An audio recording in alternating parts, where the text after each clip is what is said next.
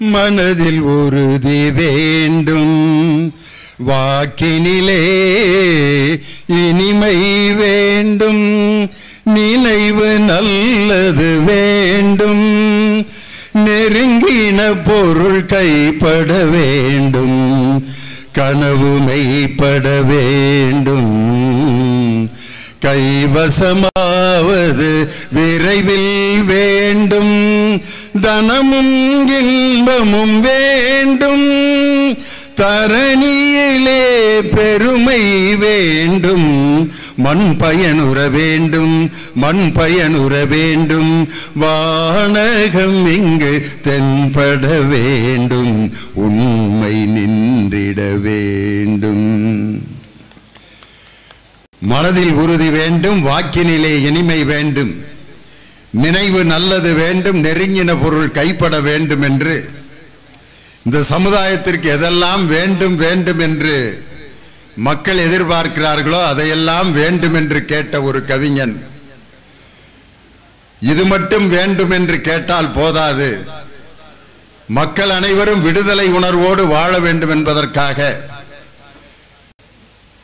முண்டாசு கட்டி முறுக்கு மீசையோடு அச்சமில்லை அச்சமில்லை அச்சம் என்பதில்லையே, உச்சி மீது வானிடிந்து வீழுகின்ற போதிலும் அச்சமில்லை அச்சமில்லை அச்சம் என்பதில்லையே என்று பாடிய தேசிய கவி பாரதி பிறந்து வளர்ந்து வாழ்ந்த இந்த வீரம் செறிந்த நெல்லை மாவட்டத்தினுடைய ரசிக பெருமக்களை என் அன்போடும் பாசத்தோடும் வணங்கி மகிழ்வதில் மகிழ்ச்சி அடைகிறேன். அருமையாக நெல்லை மாவட்டத்தில் பொருணை நெல்லை புத்தக திருவிழா 7வது புத்தக திருவிழா இன்று 2வது நாளாக துவங்கி இருக்கிறது. இந்த நிகழ்ச்சிக்கு தலைமை தாங்கி நடத்தி இந்த புத்தக திருவிழாவை வெற்றிகரமாக நடத்தி கொண்டிருக்கக்கூடிய நெல்லை மாவட்டத்தினுடைய மாநகராட்சியினுடைய ஆணையர், இன்றைய நிகழ்ச்சியினுடைய தலைவர் மரியாதைக்குரிய தாக்கரே சுபம் இந்திய ஆட்சி பணி அவர்களுக்கும், முன்னிலை வைத்து சிறப்பு செய்து கொண்டிருக்கக்கூடிய மாவட்ட முதன்மை கல்வி அலுவலர் மரியாதைக்குரிய அருமை சகோதரர் முத்துசாமி அவர்களுக்கும், மாவட்ட ஆதிதிராவிடர் மற்றும் பழங்குடியினர் நல அலுவலர் பெனட் ஆசிர் அவர்களுக்கும், வரவேற்புரை ஆற்றிய தேசிய தகவலியல் மையத்தின் இயக்குனர் ரவீந்திரன் அவர்களுக்கும் ரவிச்சந்திரன் அவர்களுக்கும், நன்றி உரை ஆற்ற காத்திருக்கின்ற கல்வெட்டுக்கள் ஆய்வாளர் சங்கரநாராயணன் அவர்களுக்கும், எனக்கு முன்னால் மிக சிறப்பானதொரு இலக்கிய உரையை ஆற்றி சென்றிருக்கக்கூடிய தமிழ்நாடு முற்போக்கு எழுத்தாளர் சங்கத்தில் என்னோடு தமிழ்நாடு முழுவதும் பல மேடைகளிலே உரையாற்றியும் பேசியும் பாடியும் நடித்தும் என்னோடு கலை பயணத்திலே ஈடுபட்டிருந்த அருமை தோழர் ஆதவன் தீட்சண்யா அவர்களுக்கும், நான் மிகவும் நேசிக்கின்ற ஒரு அருமையான எழுத்தாளர் கவிஞர், உயிர்மை என்ற பதிப்பகத்தால் பல நூல்களை வெளியிட்டு நம் நெஞ்சங்களில் குடியிருக்கின்ற அருமை சகோதரர் கவிஞர் மனுஷ்யபுத்திரன் அவர்களுக்கும் என்னுடைய சிறப்பான நன்றியை சொல்லி, நான் மேடைக்கு வர்றப்ப மாணவர்களை நிறைய பேர் சிஓ உட்கார வச்சிருந்தார். நான் மேடைக்கு வந்தோன்னா மாணவர்களெல்லாம் போய் சொல்லிட்டார். ஏன்னா அவங்கள ஒரு குறிப்பிட்ட நேரம் வரைக்கும் தான் நேரம் வாங்கியிருப்பாங்க பெற்றோர்கள்ட்ட. அதை நான் மதிக்கிறேன். ஏன்னா நானும் 33 வருஷம் வாத்தியாராக இருந்தவன். அதனால் எப்படி மாணவர்களை கூட்டிகிட்டு வந்து எப்படி கொண்டு போய் சேர்ப்போங்கிற கஷ்டம் எனக்கு தெரியும். அங்கேருந்து பெற்றோர்கள் ஃபோன் பண்ணிகிட்டே இருப்பாங்க. 6:30க்கெலாம் வந்துடுவான்னு சொன்னீங்களே, மணி 6:45 ஆச்சு, இன்னும் பிள்ளைய வரலையே அப்படின்னு கேட்பாங்க. அதனால் பிள்ளையெல்லாம் எந்திரிச்சு போனோன்னா ஒரு 50-60 சேர் காலி ஆச்சு. என்னடா போன நெல்லை புத்தக திருவிழாவில் அந்த வஉசி மைதானத்தில் ஸ்டேடியமே நிறைஞ்சு அப்படி ஒரு கூட்டத்தில் பேசின லியோனிக்கு ஒரு 50 சேர் காலியாக கிடக்குதேன்ற வேதனையோடு மேடைக்கு வந்தேன். 5 நிமிடங்களில் அந்த இருக்கைகள் எல்லாம் மனிதர்களால் நிரப்பப்பட்டிருக்கிறதுன்னு சொன்ன உடனே நெல்லை மக்கள் என்னை எப்போதும் ஏமாற்ற மாட்டீர்கள் அப்படிங்கிறதுக்கு நீங்க தான் எடுத்துக்காட்டு. அருமையான ஒரு தலைப்பு. இந்த நிகழ்ச்சிக்கு நாங்கள் வருவதற்கு மிக முக்கிய காரணமாக இருந்த தமிழ்நாடு முற்போக்கு மற்றும் எழுத்தாளர்கள் கலைஞர்கள் சங்கத்தை இந்த திருநெல்வேலியிலே நடந்து கொண்டிருந்த சமயத்தில் MDT ஹிந்து கல்லூரியினுடைய மைதானத்தில் நான் காலையில் 4 மணிக்கு பேச ஆரம்பித்தேன். 5:30 மணி வரைக்கும் பேசினேன். எல்லாரும் யோசிப்பீங்க, காலையில் 4:30க்கு பேசினே எவன் உட்காந்து கேட்டிருப்பேன் அப்படின்னு. ஆனால் அந்த MDT ஹிந்து கல்லூரி மைதானமே நிரம்பி வழிந்து 5000 பேர் காலையில் 4 மணிக்கு ஒரு நிகழ்ச்சியை கேட்கிறார்கள் என்றால் அதை நடத்திய பெருமை கலை இரவு என்ற அந்த வடிவத்தை இந்த நாட்டிற்கு அறிமுகம் செய்ததே தமிழ்நாடு முற்போக்கு எழுத்தாளர் சங்கம் தான். அந்த மேடைகளிலே பயிற்சி பெற்றவன் தான் நான். இன்னைக்கு நான் பாடுறேன் பேசுறேன் அப்படின்னு சொன்னா என்னை பயிற்றுவித்த மேடைகள் அவைகள் தான். அதனால் அந்த சங்கத்தினுடைய பொறுப்பாளர் அருமை சகோதரர் தோழர் நாரும்புநாதன் இங்கே முன்னால் அமர்ந்திருக்கிறார். அருமையான எழுத்தாளர். என்னோடு அந்த கலை இரவுகளிலே பங்கேற்ற பல தோழர்களை இங்கே நான் பார்த்து கொண்டிருக்கிறேன். எங்களுடைய பாடநூல் கழகத்தினுடைய பாடநூல்களை அச்சடிக்கின்ற ஒரு சிறந்த அச்சகர் அவர் சியாமலா பாலன் அவர் வந்திருக்காரு. பெரும் திரளாக இங்கே வருகை தந்திருக்கிறீர்கள். தலைப்பு உங்களுக்கு ரொம்ப பிடிச்ச தலைப்பு. திரைப்பட பாடல்கள் இலக்கியம் ஆகுமா இலக்கியம் ஆகாதா? காலையில் எந்திரிச்சு ஒரு பாட்டை நம்ம கேட்டோம்னா சாயந்தரம் வரைக்கும் அந்த பாட்டு தான் மனசுலேயே ஓடிக்கிட்டே இருக்கும். அதனால தான் காலையில் ஒரு நல்ல பாட்டை கேட்க சொல்லுவாங்க எல்லாரும். சில பக்திமான்கள்லாம் காலையில் ஒரு முருகன் பாட்டை கேட்டால் சாயந்தரம் வரைக்கும் முருகன் தான் மனசுக்குள்ளேயே குடியிருப்பார். மண்ணானாலும் திருச்செந்தூரில் மண்ணாவேன், ஒரு மரமானாலும் பழமுதி சோலையில் மரமாவேன். இந்த பாட்டை கேட்டு போவார். சாயங்காலம் வரைக்கும் அவர் வேற எது வந்தாலும் அந்த பாட்டு திருப்பி திருப்பி வந்துக்கிட்டே இருக்கு. காலையில் நல்ல பாட்டை கேட்டுட்டு போனோம், நல்ல சிந்தனைகள் உள்ள பாட்டை கேட்டு போனோம். அப்பதான் இந்த மாலை வரைக்கும் நம்ம மகிழ்ச்சியா இருப்போம். இந்த நெல்லை மாவட்டத்திற்கு பாடகர்கள் என்றால் அது ஒரு பெரிய குரூப்பு. கரிசல் கோயில் கிருஷ்ணசாமி என்ற அந்த அற்புதமான கம்பீர குரல் உள்ள ஒரு கலைஞன். நெல்லை கரிசல் கோயில் கிருஷ்ணசாமியினுடைய பாட்டுன்னு சொன்னாலே அந்த எழுத்தாளர் சங்கத்தின் மேடைகளில் அப்படி ஒரு கம்பீரம். அங்கனையே பாட்டு எழுதி அங்கனே மேடையில் ராகம் போட்டு பாடின வரலாறுலாம் உண்டு. திருமங்கலம் கலை இரவுல ஷாஜகான் ஒரு வாத்தியார், அவர் உடனே ஒரு பாட்டை எழுதிட்டார். அவங்க லவ்வரை நினைச்சு எழுதிட்டார். லவ்வரை நினைச்சா தான் எந்த நேரத்தில் வேணாலும் பாட்டு வரும்ல, அழகா எழுதினார். அமுத மழையில் என் கவிதை நனைகிறது, நிலவே கொஞ்சம் குடைபிடி, சந்தங்கள் பாடிடும் சந்தன குயிலென வந்திறங்கி ஓர் கவிபடி, இதழில் நெளியும் ஓர் புன்னகை மின்னல் இதயம் கீறுவதை படம்பிடி, மின்னும் அழகெல்லாம் அவள் முகத்தினை பாராமல் நிரந்தரமாய் ஒரு தடை விதி அப்படின்னு ஒரு பாட்டு எழுதினார். அதை கரிசல் கோயில் கிருஷ்ணசாமி கிட்ட இந்த மேடையில் சைடில் கொண்டு வந்து கொடுக்குறாரு. அவரு என்கிட்ட உட்காந்து இப்படி ஒரு பாட்டை கொடுத்துட்டாரு. உடனே பாடணும்னு சொல்றாங்க. பாடிரவான்னாரு. பாடியா உனக்கு தெரியாததான். அற்புதமான கம்பீர நாட்டை ராகத்துல ஒரு 10 நிமிடத்தில் டியூன் போட்டு மேடையில் பாடினாரு கரிசல் கோயில் கிருஷ்ணசாமி. அமுத மழையில் என் கவிதை நனைகிறது, நிலவே கொஞ்சம் குடைபிடி, சந்தங்கள் பாடிடும் சந்தன குயிலென வந்திறங்கி ஓர் கவிப்படி அப்படின்னு பாடினோன்ன கூட்டமே கைதட்டி ஆர்ப்பரிச்சிச்சு. அங்கனையே ஒரு பாட்டு எழுதி இசையமைத்து மேடையில் பாடி மக்களிடம் அங்கீகாரம் வாங்கிய கரிசல் கிருஷ்ணசாமி. அவர் இந்த பாட்டு மட்டும் இல்லை, அன்னைக்கெல்லாம் போக்குவரத்து கழகம் பேரில் இருந்துச்சு.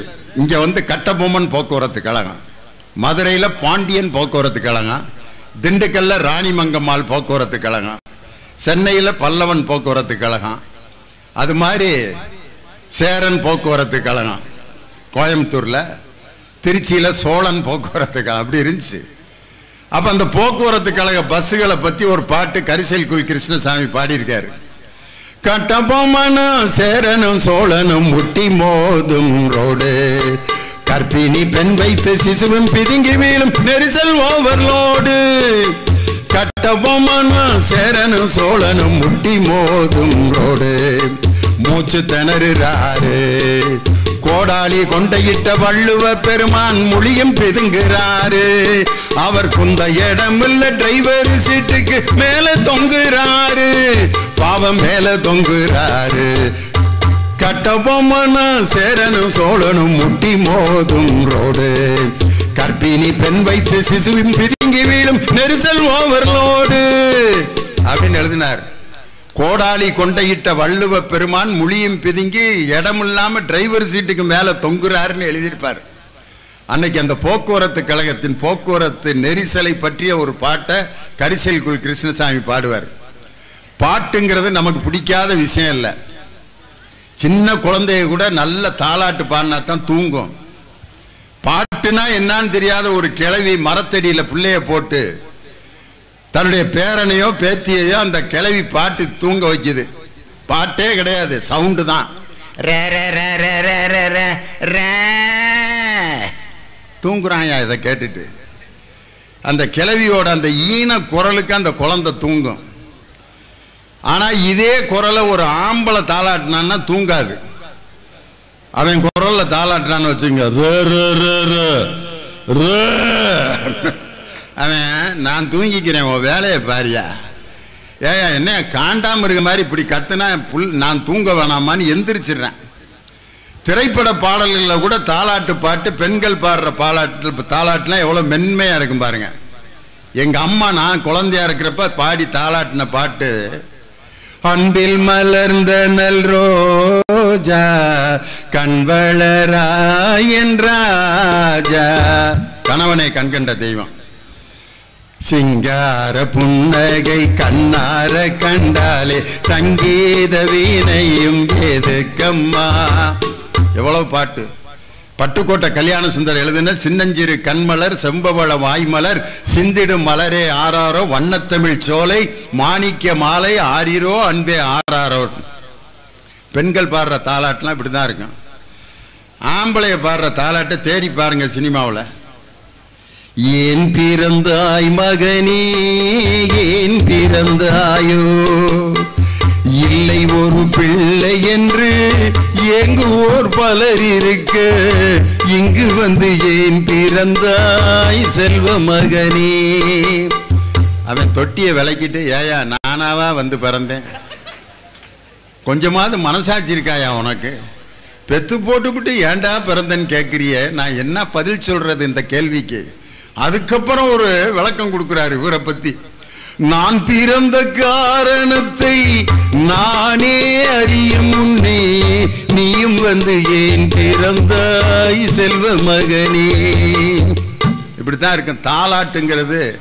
குழந்தைய பிறந்தோன்னு தூங்குறது, அதுக்கு வளர்ந்தோன்னு பாடுறதுக்கு ஒரு பாட்டு இருக்கும், அதுக்கு வயசுக்கு வந்தோன்னு பாடுற நலுங்கு பாட்டு, வளைகாப்புக்குன்னு பாடுற பாட்டு, அதுக்கப்புறம் திருமணத்துக்குன்னு பாட்டு, அதுக்கப்புறம் திருமணம் முடிஞ்சு குழந்தை பெத்தோன்னா அதுக்கு தாலாட்டு, குழந்தை பெத்து வயசாகி 60ஆம் கல்யாணத்துக்கு ஒரு பாட்டு வச்சிருப்பான். செத்தா பாட்டு பாடி சோகத்தை வெளிப்படுத்துற ஒரே சமுதாயம் தமிழ் சமுதாயத்தை தவிர வேற எங்கேயுமே நீங்க பார்க்க முடியாது. செத்த பிறகு கூட ஒப்பாரி. எங்க மதுரை பக்கம்லாம் டெத்து வீட்டில் வெறும் சோகப்பாட்டா ரெக்கார்டு பண்ணி மைசெட் போட்டுக்கிட்டு இருப்பேன். வெறும் சோகப்பாட்டு சீடி, அதுக்குன்னே வரிசையா எந்த பாட்டோட தொடங்குவாங்க தெரியுமா? ஆடியா ஆட்டம் என்ன, இதான் காலையில் 6 மணிக்கு. 2வது பாட்டு போனால் போகட்டும் போடா.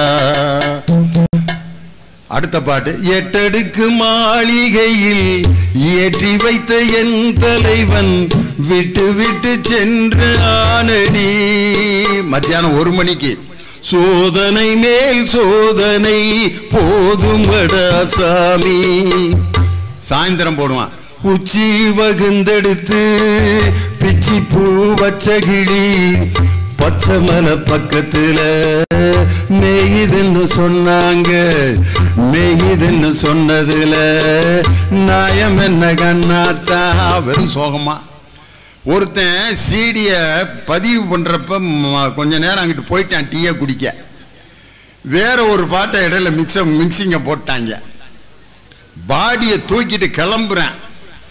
ஆடியா ஆட்டம் என்ன ஆஹா சிச்சுவேஷனல் சாங்கடா அப்படின்ட்டு பாடியை தூக்கி கொண்டு போய் அந்த தேர்ல வைக்க போற நேரத்துல மச்சான பாத்தீங்களா மலவாழ தோப்புக்குள்ள குயிலக்கா கொஞ்சம் நீ பார்த்து சொல்லு வந்தார காணலியே. பாடியை தூக்கிட்டு இருந்தவன சிரிச்சு உருள்றேன். மச்சான் தான் கிளம்பி போயிட்டு இருக்காரு. அவரை இனிமே பார்த்து என்ன பார்க்காம என்ன. தலைவாழை இலை போடுங்க ஊரை விருந்துக்கு வர சொல்லுங்கன்னு சாப்பிட கூப்பிட்டுக்கிட்டு இருக்கான். இவனை சுடுகாட்டு கொண்டு போயிட்டு இருக்காங்க. அந்த மைசூருக்காரனை வெளுத்துட்டாங்க. ஏண்டா ஏண்டா இப்படி. கல்யாண வீட்டுக்குன்னே சில பாட்டு வெறும் மகிழ்ச்சி பாட்டாக போட்டுக்கிட்டு இருப்பாங்க. பொண்ணு மாப்பிள்ளை இன்னைக்கு உள்ள கூட்டு வர்றதுக்குன்னே ஒரு பாட்டு. நான் சின்ன பிள்ளையா காலத்துல இருந்து அந்த பாட்டு தான். சாரதா படத்துல மணமகளே மருமகளே வா வா உன் வலது காலை எடுத்து வைத்து வா வா குணம் இருக்கும் குலமகளே வா வா தமிழ் கோவில் வாசல் திறந்து வைப்போம் வா வா. இந்த பாட்டை அன்னைக்கெல்லாம் ரெக்கார்டு பிளேயர்ல போடுவாங்க. அது 33 ஸ்பீடில் வைக்க வேண்டிய பாட்டு. அவசரமாக அந்த ரெக்கார்டு போடுறவர் 28 வச்சுட்டார். பொண்ணு மாப்பிள்ள நிற்கிறாங்க. போடுறா பாட்டை. அந்த பிள்ளை பயந்துருச்சு. என்னடா வேற சைனா மொழியில் கூப்பிட்டு பாட்டு வைக்கிறாங்கன்னு. ஒழுங்கான ஸ்பீடில் வைடா அப்படின்னோடனே லாஸ்ட்டுக்கு தள்ளி விட்டாங்க. 45 இது தள்ளி விட்டோன்னே மணமகளே மருமகளே வா அப்படின்னா அந்த பிள்ளை நான் இன்னொரு நாள் வர்றேன். கூப்பிட்றப்பே இப்படி மிரட்டி கூப்பிட்றாங்களே நான் வந்து குடும்பம் நடத்துறதா வேணாமாடான்ட்டு. அதுக்கப்புறம் ஒழுங்கான ஸ்பீடில் வச்சான். மணமகளே மருமகளே வா வா உன் வலது வலது வலது வலது வலதுலே நின்றுச்சு. அந்த பிள்ளை காலை எடுத்து வச்சுட்டு திருப்பி இறக்கிருச்சு. சகனம் சரியில்லை வேணாம் அப்படின்னு. ஒரு பாட்டு நம்ம உடம்புல எவ்வளோ ஒரு பாதிப்பை உண்டாக்குது. இந்த திரை இசை பாடல்கள் இலக்கியமாகும் அப்படின்னு பேசுறதுக்கு 2 பேர். இலக்கியமாகும் நீங்களா? அதான பெரிய இலக்கியவாதி. நீங்க போய் இலக்கியம் ஆகாதுன்னு பேசலாமா? இலக்கியமாகும் என்ற அணிக்கு தலைமையேற்று பேச வந்திருப்பவர் ஸ்ரீவில்லிபுத்தூரிலிருந்து வருகை இருந்திருக்கும் என்னுடைய அருமை தங்கை.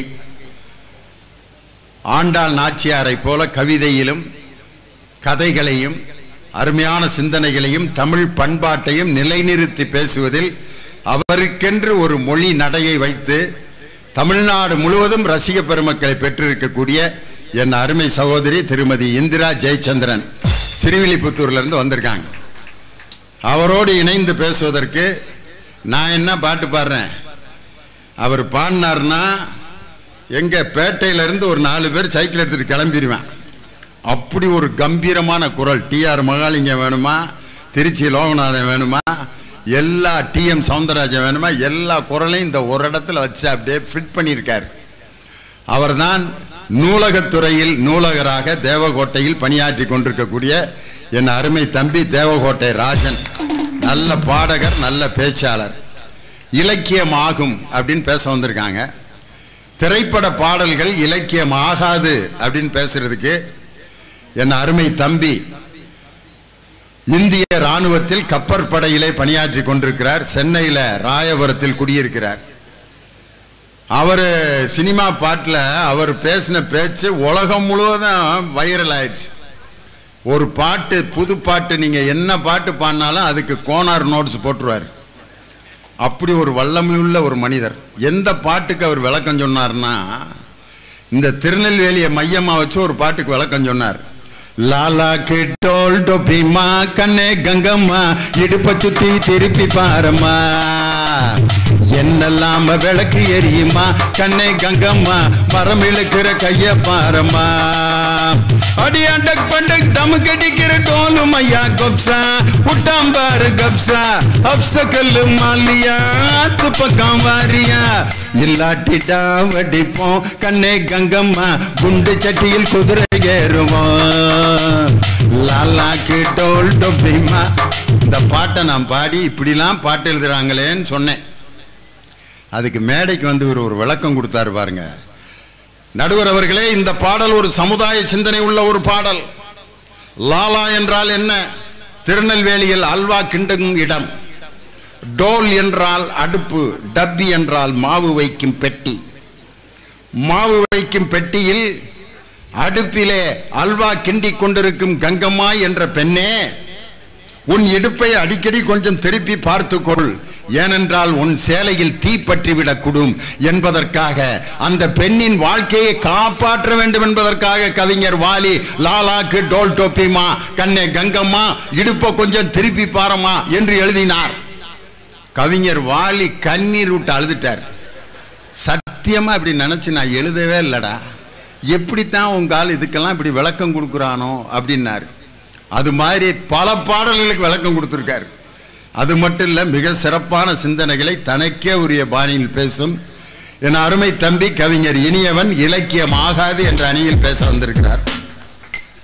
அவரோடு தொடர்ந்து பேச வந்திருப்பவர் கடலூர் தணிகைவேலன். புதிய பாடல்களை பாடி பேசுவதில் அவருக்கென்று ஒரு ஆற்றல், மிக சிறப்பான ஆற்றலை பெற்றவர். அவர் பேச்சாளர், பாடகர் மட்டுமல்ல, ஒரு குறும்பட இயக்குனர். அநீதியின் ஒரு குறும்படத்தை இயக்கினார்.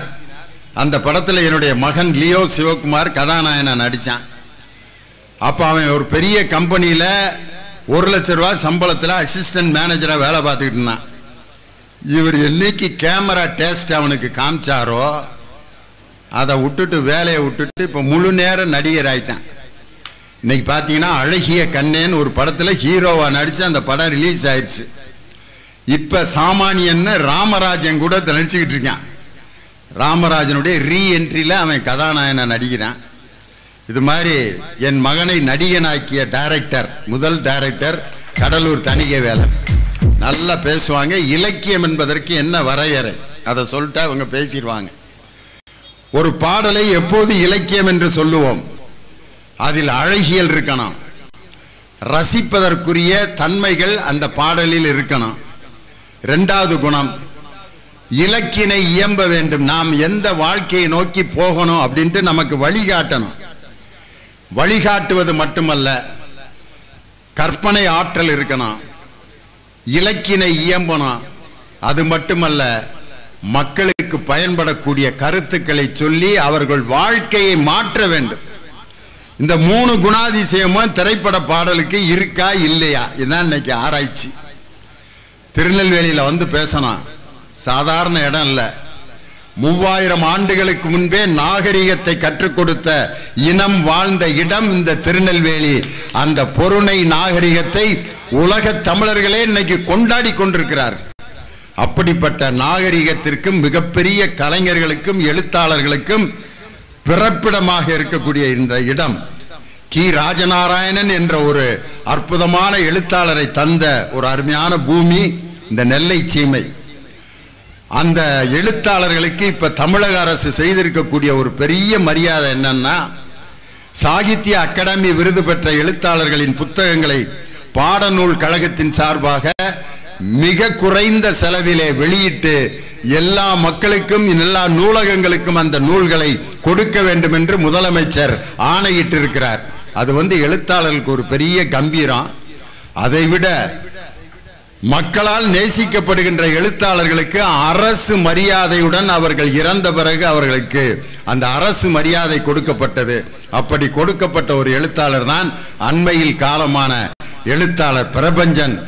முழு அரசு மரியாதையுடன் இந்த அரசு கொடுத்த மரியாதை பெற்றுக்கொண்டு அவர் இறுதிச் சடங்கு நடைபெற்றது. அப்படிப்பட்ட நல்ல எழுத்தாளர்களை கொண்ட நெல்லை பூமி.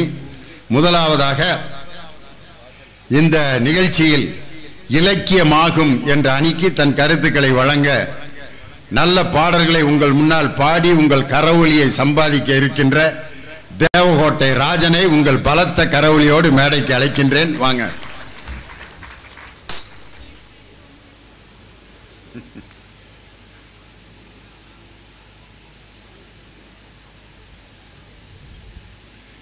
இந்த நிகழ்ச்சியில் நாங்கள் பேசும்போதும் பாடும்போதும் ஒரு சவுண்டு, ரிதம் சவுண்டு கேட்குது.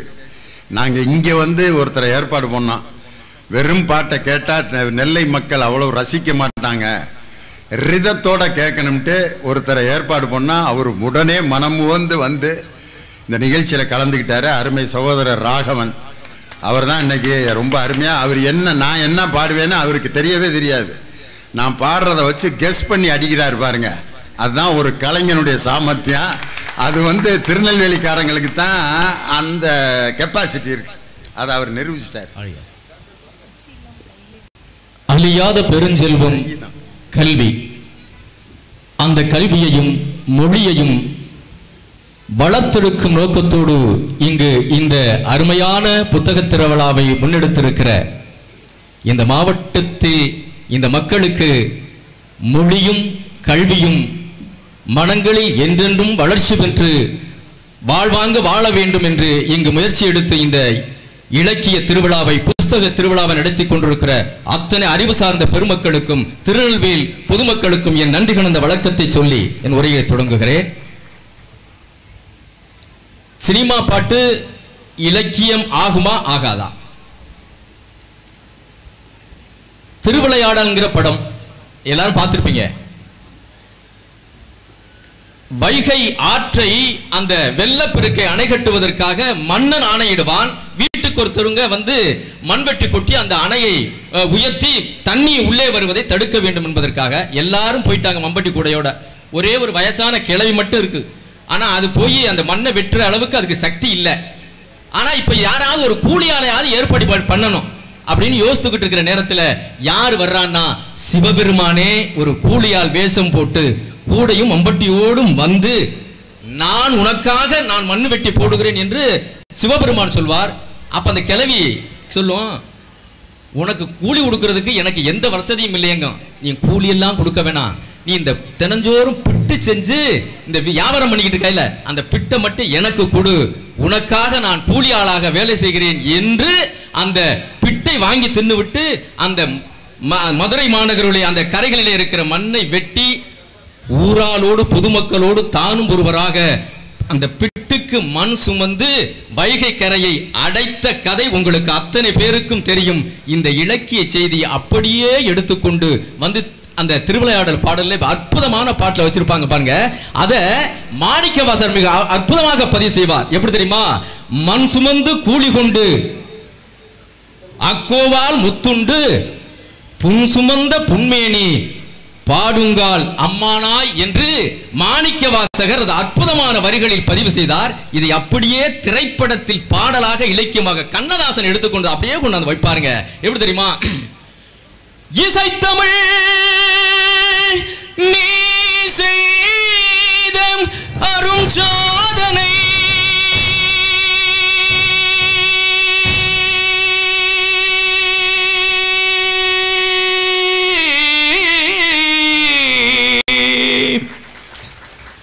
நீ இருக்கையிலே எனக்கு பெரும் சோதனை இறைவா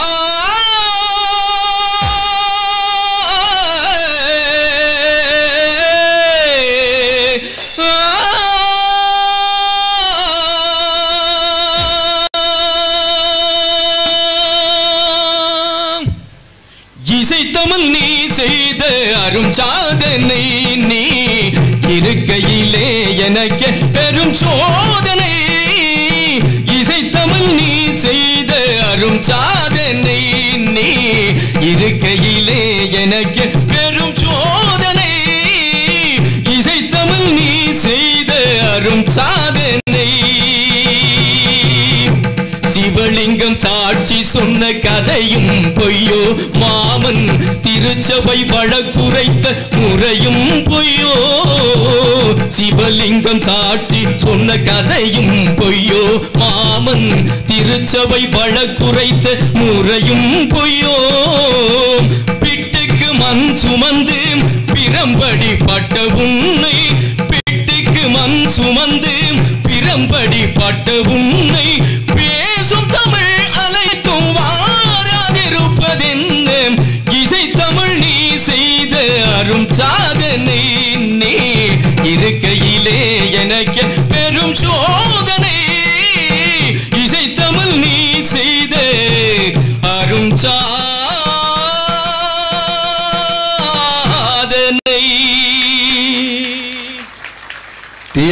மகாலிங்க கூட இந்த இழுப்பு இழுத்திருக்க மாட்டார். இசைத்தமிழ் நீ செய்த அருஞ்சாதனைங்கிறத ஒரு 6 பார் தான் அவர் டைம் கொடுத்துருப்பாரு. ஆனால் ராஜன் 18 பார் இசைத்தமிழ் மதுரையிலேருந்து திருநெல்வேலி வரைக்கும் வந்துட்டார்.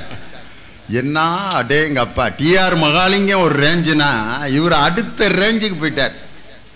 நடுவர்களே, திரைப்படங்கள் பாடல்களையும் திரைப்படங்களையும் நிறைய ஆழ்ந்திருந்து பாடுங்கள். ஒரு சிலவற்றை ஆனா இன்னைக்கு வர்ற பாடல்கள் இலக்கியத்தன்மை இருக்குங்க. அது பாக்குற காமாலக்காரனுக்கு கண்டதெல்லாம் மஞ்சளா இருக்குங்கிறதுக்காக நீங்க குறை கண்டுபிடிக்கணும்னே தேடப்படாது.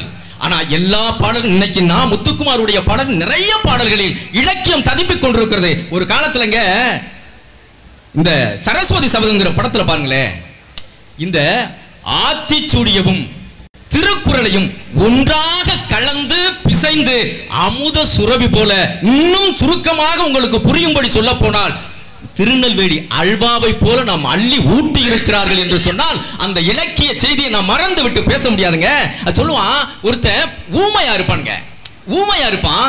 ஆனா அவனுக்கு திடீர்னு ஒரு அருள்வாக்கோ ஆண்டவனை வேண்டிய பேச்சு வந்துருவாங்க.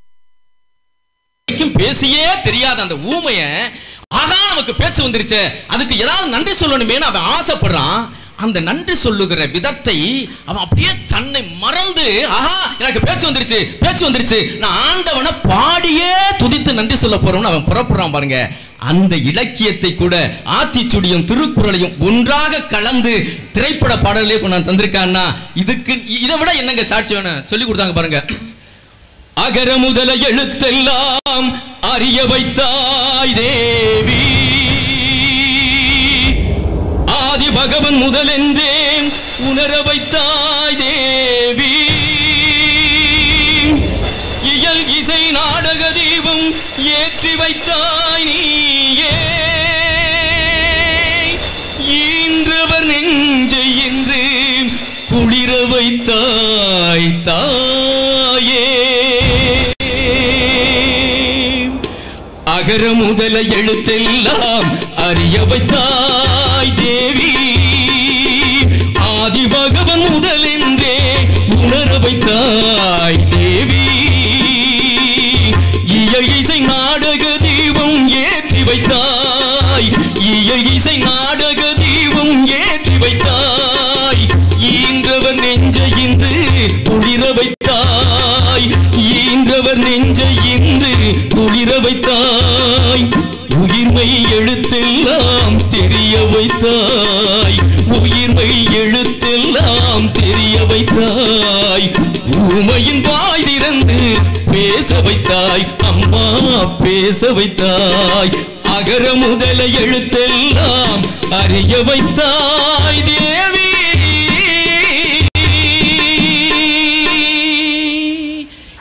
சினிமா பாடல்கள் எவ்வளவு இலக்கியம்ங்க, இலக்கியம் அழகா போட்டு கொடுத்தாங்களே.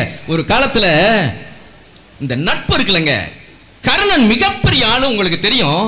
ஆனால் அவன் தோர்த்து போகிற இடம் ஒன்று என்று சொன்னால் நட்புக்காக துரியோதனுடன் தோத்து போவாங்க. ஏன் தெரியுமா? ஏன்னா அனாதையா நிற்கதியா கர்ணன் நிப்பான். வில்வித்த கத்துக்கிற போற இடத்துல கூட இவன் அப்பன் பேர் தெரியாதவன் அனாதைன்னு சொல்லி அவனை நிராகரிப்பாங்க. ஆனா அந்த இடத்துல வந்து அங்கீகாரம் கொடுத்து அரசவை கொடுத்து அவனை அழகுபடுத்துகிற செயலை செய்கிறவன் யார் தெரியுமா? துரியோதனன். அங்கத நாட்டுக்கு அரசன் ஆக்கியிருப்பாங்க. இது ஒரு பக்கம் இருக்க, இதை விட மிஞ்சுகிற ஒரு நிகழ்வை நீங்க எல்லாருக்கும் தெரிஞ்ச செய்தான். துரியோதனுடைய மனைவியும் கர்ணனும் தாயும் விளையாடிட்டு இருப்பாங்க. ஆனா அந்த நேரத்தில் துரியோதனன் அங்கிருந்து வருவான். புருஷனை பார்த்த உடனே துரியோதனன் மனைவிய மரியாதை நிமித்தம் எந்திரிப்பாங்க.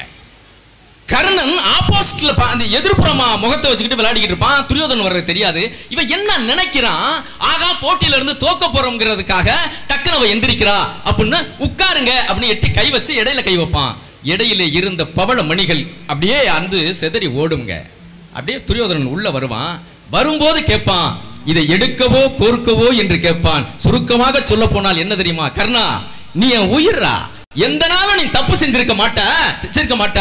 ஆனா நீ ஒருவேளை இந்த காட்சியை நான் பார்த்தவுடன் எங்க தப்பாக நினைத்து விடுவானோ என்று நீ சந்தேகப்படலாம். ஆனா நான் எப்படி இருக்கிற மனநிலையில் எப்படி இருக்கேன் தெரியுமாடா? இந்த உருண்டு ஓடுதல இந்த பவள முத்துக்கள் அதை எடுக்கவோ கோர்க்கவோ என்று கேட்டான் என்று சொன்னால் நீ நினைக்கிற மாதிரி நான் இல்லை. அந்த சிறிய ஓட்டைக்குள்ளும் நூலை கொடுத்து கோருக்கிற தெளிவான மனநிலையோடு உண்மையில் வைத்திருக்கிற நம்பிக்கையோடு நான் தெளிவாகத்தான் இருக்கிறேன் என்று துரியோதனன் சொன்னான். அந்த பெரிய நட்பை அந்த கர்ணன் மேல வச்சிருந்தான். இப்ப அந்த நட்புக்கு அடிமைங்க கர்ணன். இப்ப என்ன சொல்லுவான், அந்த நட்புக்காக தன்னை அப்படியே அந்த அவனுக்கிட்ட தோத்து போவான் கர்ணன். இத ஒரு படத்துல, அற்புதமான ஒரு படத்துல அந்த பாட்டை கொண்டாந்து அப்படியே அந்த கதையம்சத்தை பொருத்துகிற மாதிரி ஒரு பாட்டில் கொண்டாந்து வச்சிருப்பாங்க. எப்படி தெரியுமா? ஆட்டுவித்தாள் யாரொருவர் ஆடாதாரே கண்ணா, ஆசையினும் தொட்டிலே ஆடாதாரே கண்ணா. ஆட்டுவித்தாள் யாரொருவர் ஆடாதாரே கண்ணா, ஆசையினும் தொட்டிலே ஆடாதாரே கண்ணா. நீ நடத்தும் நாடகத்தில் நீ நடத்தும் நாடகத்தில் நானும் உண்டு. என் நிழலில் கூட அனுபவத்தில் சோகம் உண்டு. பகைவர்களை நானும் வெல்வேன் அறிவினாலே, ஆனால் நண்பரிடம் தோற்றுவிட்டேன் பாசத்தாலே. நண்பனிடம் தோற்றுவிட்டேன் பாசத்தாலே. ஆட்டுவித்தாள் யாரொருவர் ஆடாதாரே கண்ணா, ஆசையெனும் தொட்டிலே ஆடாதாரே கண்ணா, ஆடாதாரே கண்ணா, ஆடாதாரே கண்ணா.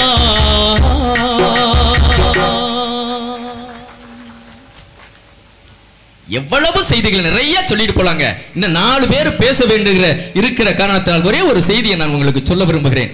கண்ணதாசன் இருக்காங்கல்ல, கண்ணதாசனுக்கு கண்ணனை பத்தி பாட்டு எழுதுகிறான்னா கொல்ல பிரியமுங்க. இப்ப எத்தனையோ பாடல்கள் நான் பாடினது கூட கண்ணனை பத்தி எழுதிப்பாரு. இப்போ ஒரு பாட்டை எழுதணும்னு வர்றாருங்க. உங்க எல்லாருக்கும் தெரிஞ்ச கதை தான். இப்ப ஒருத்தரை பத்தி கட்டுரை எழுதணுங்க, ஒருத்தரை பத்தி கவிதை எழுதணுங்க, ஒருத்தரை பத்தி ஒரு பேசணும்னு நினைக்கிற போது அவரை பத்தின செய்தி நமக்கு வேணும்ல. அவரை பத்தின கின்ஸ் இருந்தா தானங்க எழுத முடியும், பேச முடியும்.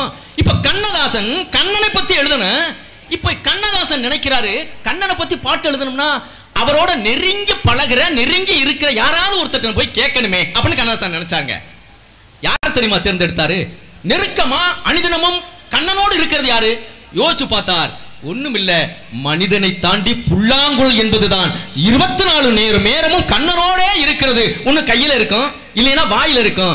வாசிக்காத போது அவன் இடையில சொருவி வச்சிருப்பாருங்க கண்ணை. இப்ப அவர் நினைக்கிறாரு இந்த புல்லாங்குழல் கிட்ட போய் கேட்டா கண்ணனை பத்தி அருமையான தகவல் கிடைக்குமே அப்படின்னு யோசிச்சாருங்க. இப்படி யோசிச்சுக்கிட்டு அப்படி நெருங்கி போகல, இன்னொரு செய்தி மேல் நோக்கி வருகிறது. புல்லாங்குழல் கிட்ட கேட்போமா, இல்ல புல்லாங்குழலை கொடுத்த மூங்கிலுக்கிட்டே போய் கேட்டுருவோமா? அந்த தாக்கிட்ட போய் கேட்டா இன்னும் கூட செய்தி கிடைக்குமே அப்படி நினைத்து அந்த புல்லாங்குழலை கொடுத்த மூங்கிலுக்கிட்டே கண்ணதாசன் போய் கேட்கிறார். எப்படி தெரியுமா? புல்லாங்குழல் கொடுத்த மூங்கில்களே,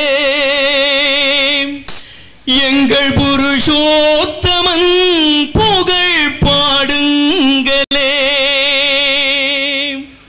புல்லாங்குழல் கொடுத்த மூங்கில்களே, எங்கள் புருஷோத்தமன் புகழ் பாடுங்களே. 2 வரிய கண்ணதாசன் எழுதிட்டாரு. இப்ப அடுத்த வரி வேணும். அப்படியே தடுமாறுறாருங்க, தேடுறாரு. எங்கடா போய் பண்ணோம்னா டக்குனு அவருக்கு ஒரு மகாபாரத காட்சி நினைவுக்கு வருகிறது. இந்த பீமன் இருக்காங்கல்ல, தினந்தோறும் கங்கையில ஒரு ஆழமான பகுதியில தினந்தோறும் ஓடி வந்து குதிச்சு குளிக்கிறதா வழக்கம், பீமனுடைய வழக்கம். அன்னைக்கும் குதிச்சு குளிக்கிறதுக்காக வந்து பீமன் நின்றான். கண்ணன் இங்க வந்துட்டாருங்க. கண்ணன் வந்த உடனே, பீமா குளிக்க போறியா? ஆமா குளிக்க போறேன், வழக்கம் போல குளிக்க போறேன், கொஞ்ச நேரம் பொறு அப்படின்ட்டு இந்த கண்ணன் என்ன பண்ணாரு, அவன் குதிக்கிற இடத்தை போய் இப்படி இப்படி அப்படி ஆந்தி பார்த்த மாதிரி பார்த்தாருங்க. பீமன் கேட்டான், கண்ணா என்ன அங்க என்ன பாக்குறீங்க அப்படின்னா, இல்ல ஒண்ணு இல்ல கொஞ்சம் பொறுன்னு பார்த்தா அப்படி பார்த்தாருங்க. அங்கே ஒரு சூழ்ச்சி சூழப்பட்டிருக்கு. என்ன தெரியுமா? பீமன் குதிக்கிற இடத்திலே துரியோதனன் கூர்மையான அம்புல விஷத்தை தடவி அந்த தண்ணிக்கு மேல தெரியாம உள்ள மறைச்சு வச்சிருப்பான். உள்ள மறைஞ்சு வந்து குதிச்சா அம்பு வயிற்றுல பாயும், விஷம் அவன் உடம்பெங்கும் பரவி அவன் இறக்க வேண்டும் என்கிற சூழ்ச்சியோடு துரியோதனன் அந்த தண்ணிக்குள்ள மறைச்சு வச்சிருப்பான். கண்ணன் அங்க வந்து எட்டி பார்த்துட்டு சொல்லுவான், துரியோதனா நீ வழக்கம் போல குதிக்கிற இடத்துல சில வண்டுகள் வட்டமிட்டு பறந்துகிட்டு இருக்குங்க. ஏன் தெரியுமா? அந்த கொழுப்ப விஷ கொழுப்பை தடவி வச்சிருப்பான்ல, அந்த வாசத்துக்காக வண்டுகள் மொய்த்து கொண்டே இருக்கும். இப்ப சொல்லுவான் கண்ணன் பீமனு கிட்ட, வண்டுகள் நிறைய வண்டுகள் மொய்த்து கொண்டிருக்கிறது, நீ ஓடி வந்து குதிச்சாயினா அந்த வண்டு பூரா மூழ்கி இறந்து விடும், அந்த பாவம் உனக்கு வேணாம், ஒன்னே ஒண்ணு பண்ணு, ஒண்ணு இப்படி தள்ளி குதிச்சிரு, இல்லைன்னா அதை தாண்டி குதிச்சு நீ குளிச்சுட்டு போ பீமா அப்படின்னு கண்ணன் சொல்லிடுவாரு. அப்படித்தானே, இது ஒன்றும் பெரிய விஷயம் இல்லை, தாண்டி இப்படி குதிச்சிருப்பான். வண்டுகள் ரூபத்திலே வந்து பீமனை காத்த காட்சி கண்ணதாசனுக்கு வந்துச்சு. அடுத்த அடி போட்டான் பாருங்க, எப்படி தெரியுமா? புல்லாங்குழல் கொடுத்த மூங்கில்களே எங்கள் புருஷோத்தமன் புகழ் பாடுங்களே, வண்டாடும் கங்கை மலர் தோட்டங்களே எங்கள் மதுசூதனன் புகழ் பாடுங்களே, புல்லாங்குழல் கொடுத்த மூங்கில்களே எங்கள் புருஷோத்தமன் புகழ் பாடுங்களே.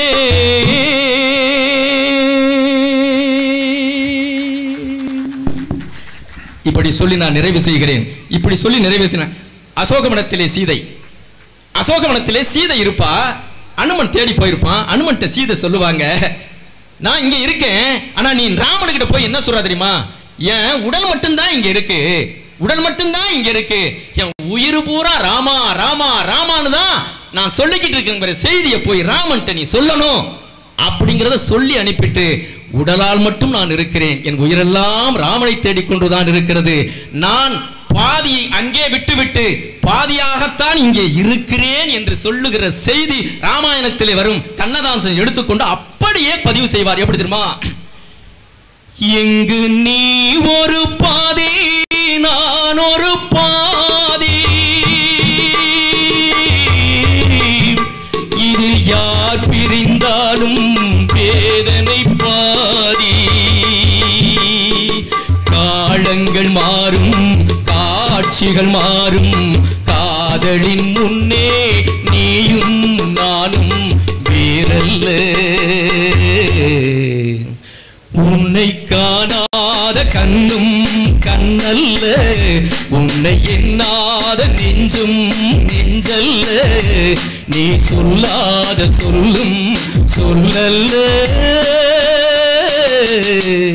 நீ இல்லாமல் நானும் நானல்ல, நீ இல்லாமல் நானும் நானல்ல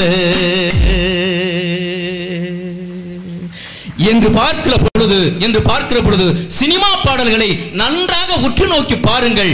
சினிமாவுக்குள் அற்புதமான அன்றைக்குள்ள இலக்கிய செய்திகளும் திருக்குறளும் பெரிய புராணங்களும் இன்னும் பல இலக்கிய செய்திகள் இன்னும் புதைந்து கொண்டிருக்கிறது. அதை தேடி பாருங்கள். காமாலை கண்ணோடு மேல்புறமாக பார்க்காதீர்கள். இலக்கியங்கள் திரைப்படங்களிலும் திரைப்பட பாடல்களிலும் புதைந்து கிடக்கிறது. திரைப்பட பாடல்கள் இலக்கியமாகும் என்கிற அற்புதமான இந்த வாதத்தை தந்து எனக்கு இதுவரை கரகோஷம் தந்து என்னை பாராட்டிய அத்துணை ரசிக பெருமக்களுக்கு வாழ்த்துறையும் வணக்கத்தையும் சொல்லி விடைபெறுகிறேன். நன்றி, வணக்கம்.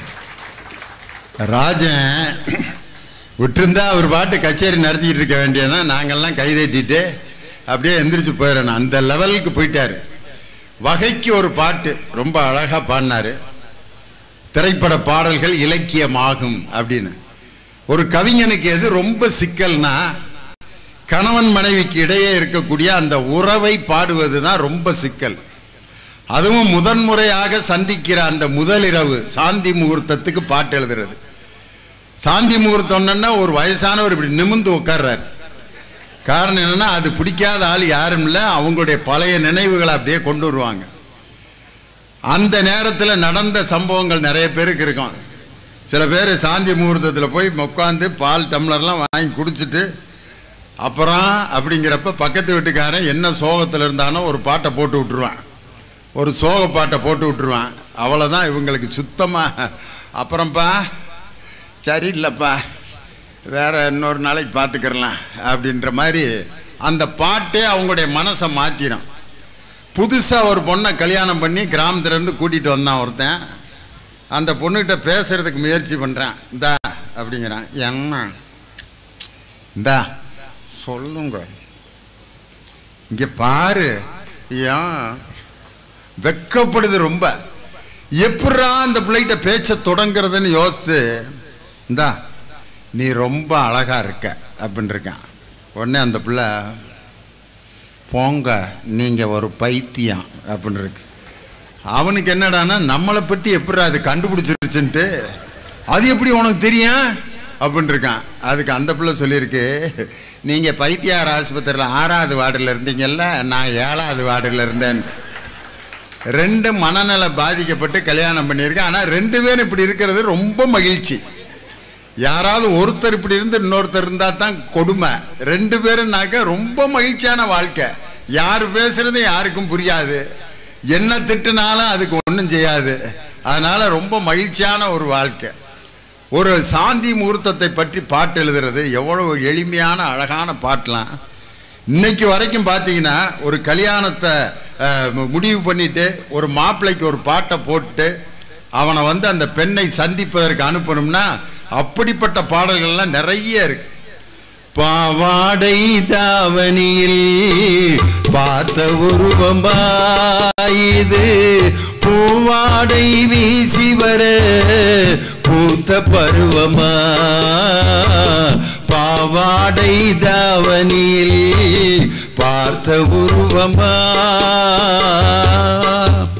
ஒரு மனிதனுடைய வாழ்க்கையில எப்பயும் மகிழ்ச்சியாவே இருக்காது. 3000 ஆண்டுகளுக்கு முன் 2000 ஆண்டுகளுக்கு முன் சங்க இலக்கியத்தில் ஒரு பெண் ஒரு ரோட்ல நின்று பார்க்கிறா. ஒரு வீட்டில் கல்யாணம் நடக்குது, இன்னொரு வீட்டில் மரணம் நடந்து அங்க எல்லாரும் அழுதுகிட்டு இருக்காங்க, இங்க எல்லாரும் மகிழ்ச்சியா இருக்காங்க. இந்த காட்சியை பார்த்துட்டு அவ சொல்றா, என்ன அழகான வார்த்தை பாருங்க. ஓர் இல் நெய்தல் கரங்க, ஓர் இல் முழவின் பணி ததும்ப, இன்னாதம்மா இவ்வுலகம் இனிமை காண்போர் அதன் இயல்புணர்ந்தோரேங்கிறான். ஒரு வீட்டில் மகிழ்ச்சி, இன்னொரு வீட்டில் துயரம், 2 வாழ்க்கை தான். ஆனா நல்ல எண்ணம் உள்ளவர்கள் எந்த நேரத்திலும் மகிழ்ச்சியாக இருப்பார்கள் என்று 2000 ஆண்டுகளுக்கு முன்பே ஒரு நாட்டுப்புற பெண் இந்த தத்துவத்தை சொன்னது தமிழ் இலக்கியத்தை தவிர வேற எந்த இலக்கியத்திலே நீங்க பார்க்க முடியாது.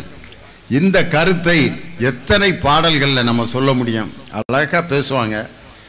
இதற்கு மறுப்பு சொல்லணும், வாங்க கடலூர் தனிக வேலன் இலக்கியம் ஆகாது என்ற அணியில் பேச உங்கள் கரவொலியோடு வருகிறார். வாங்க.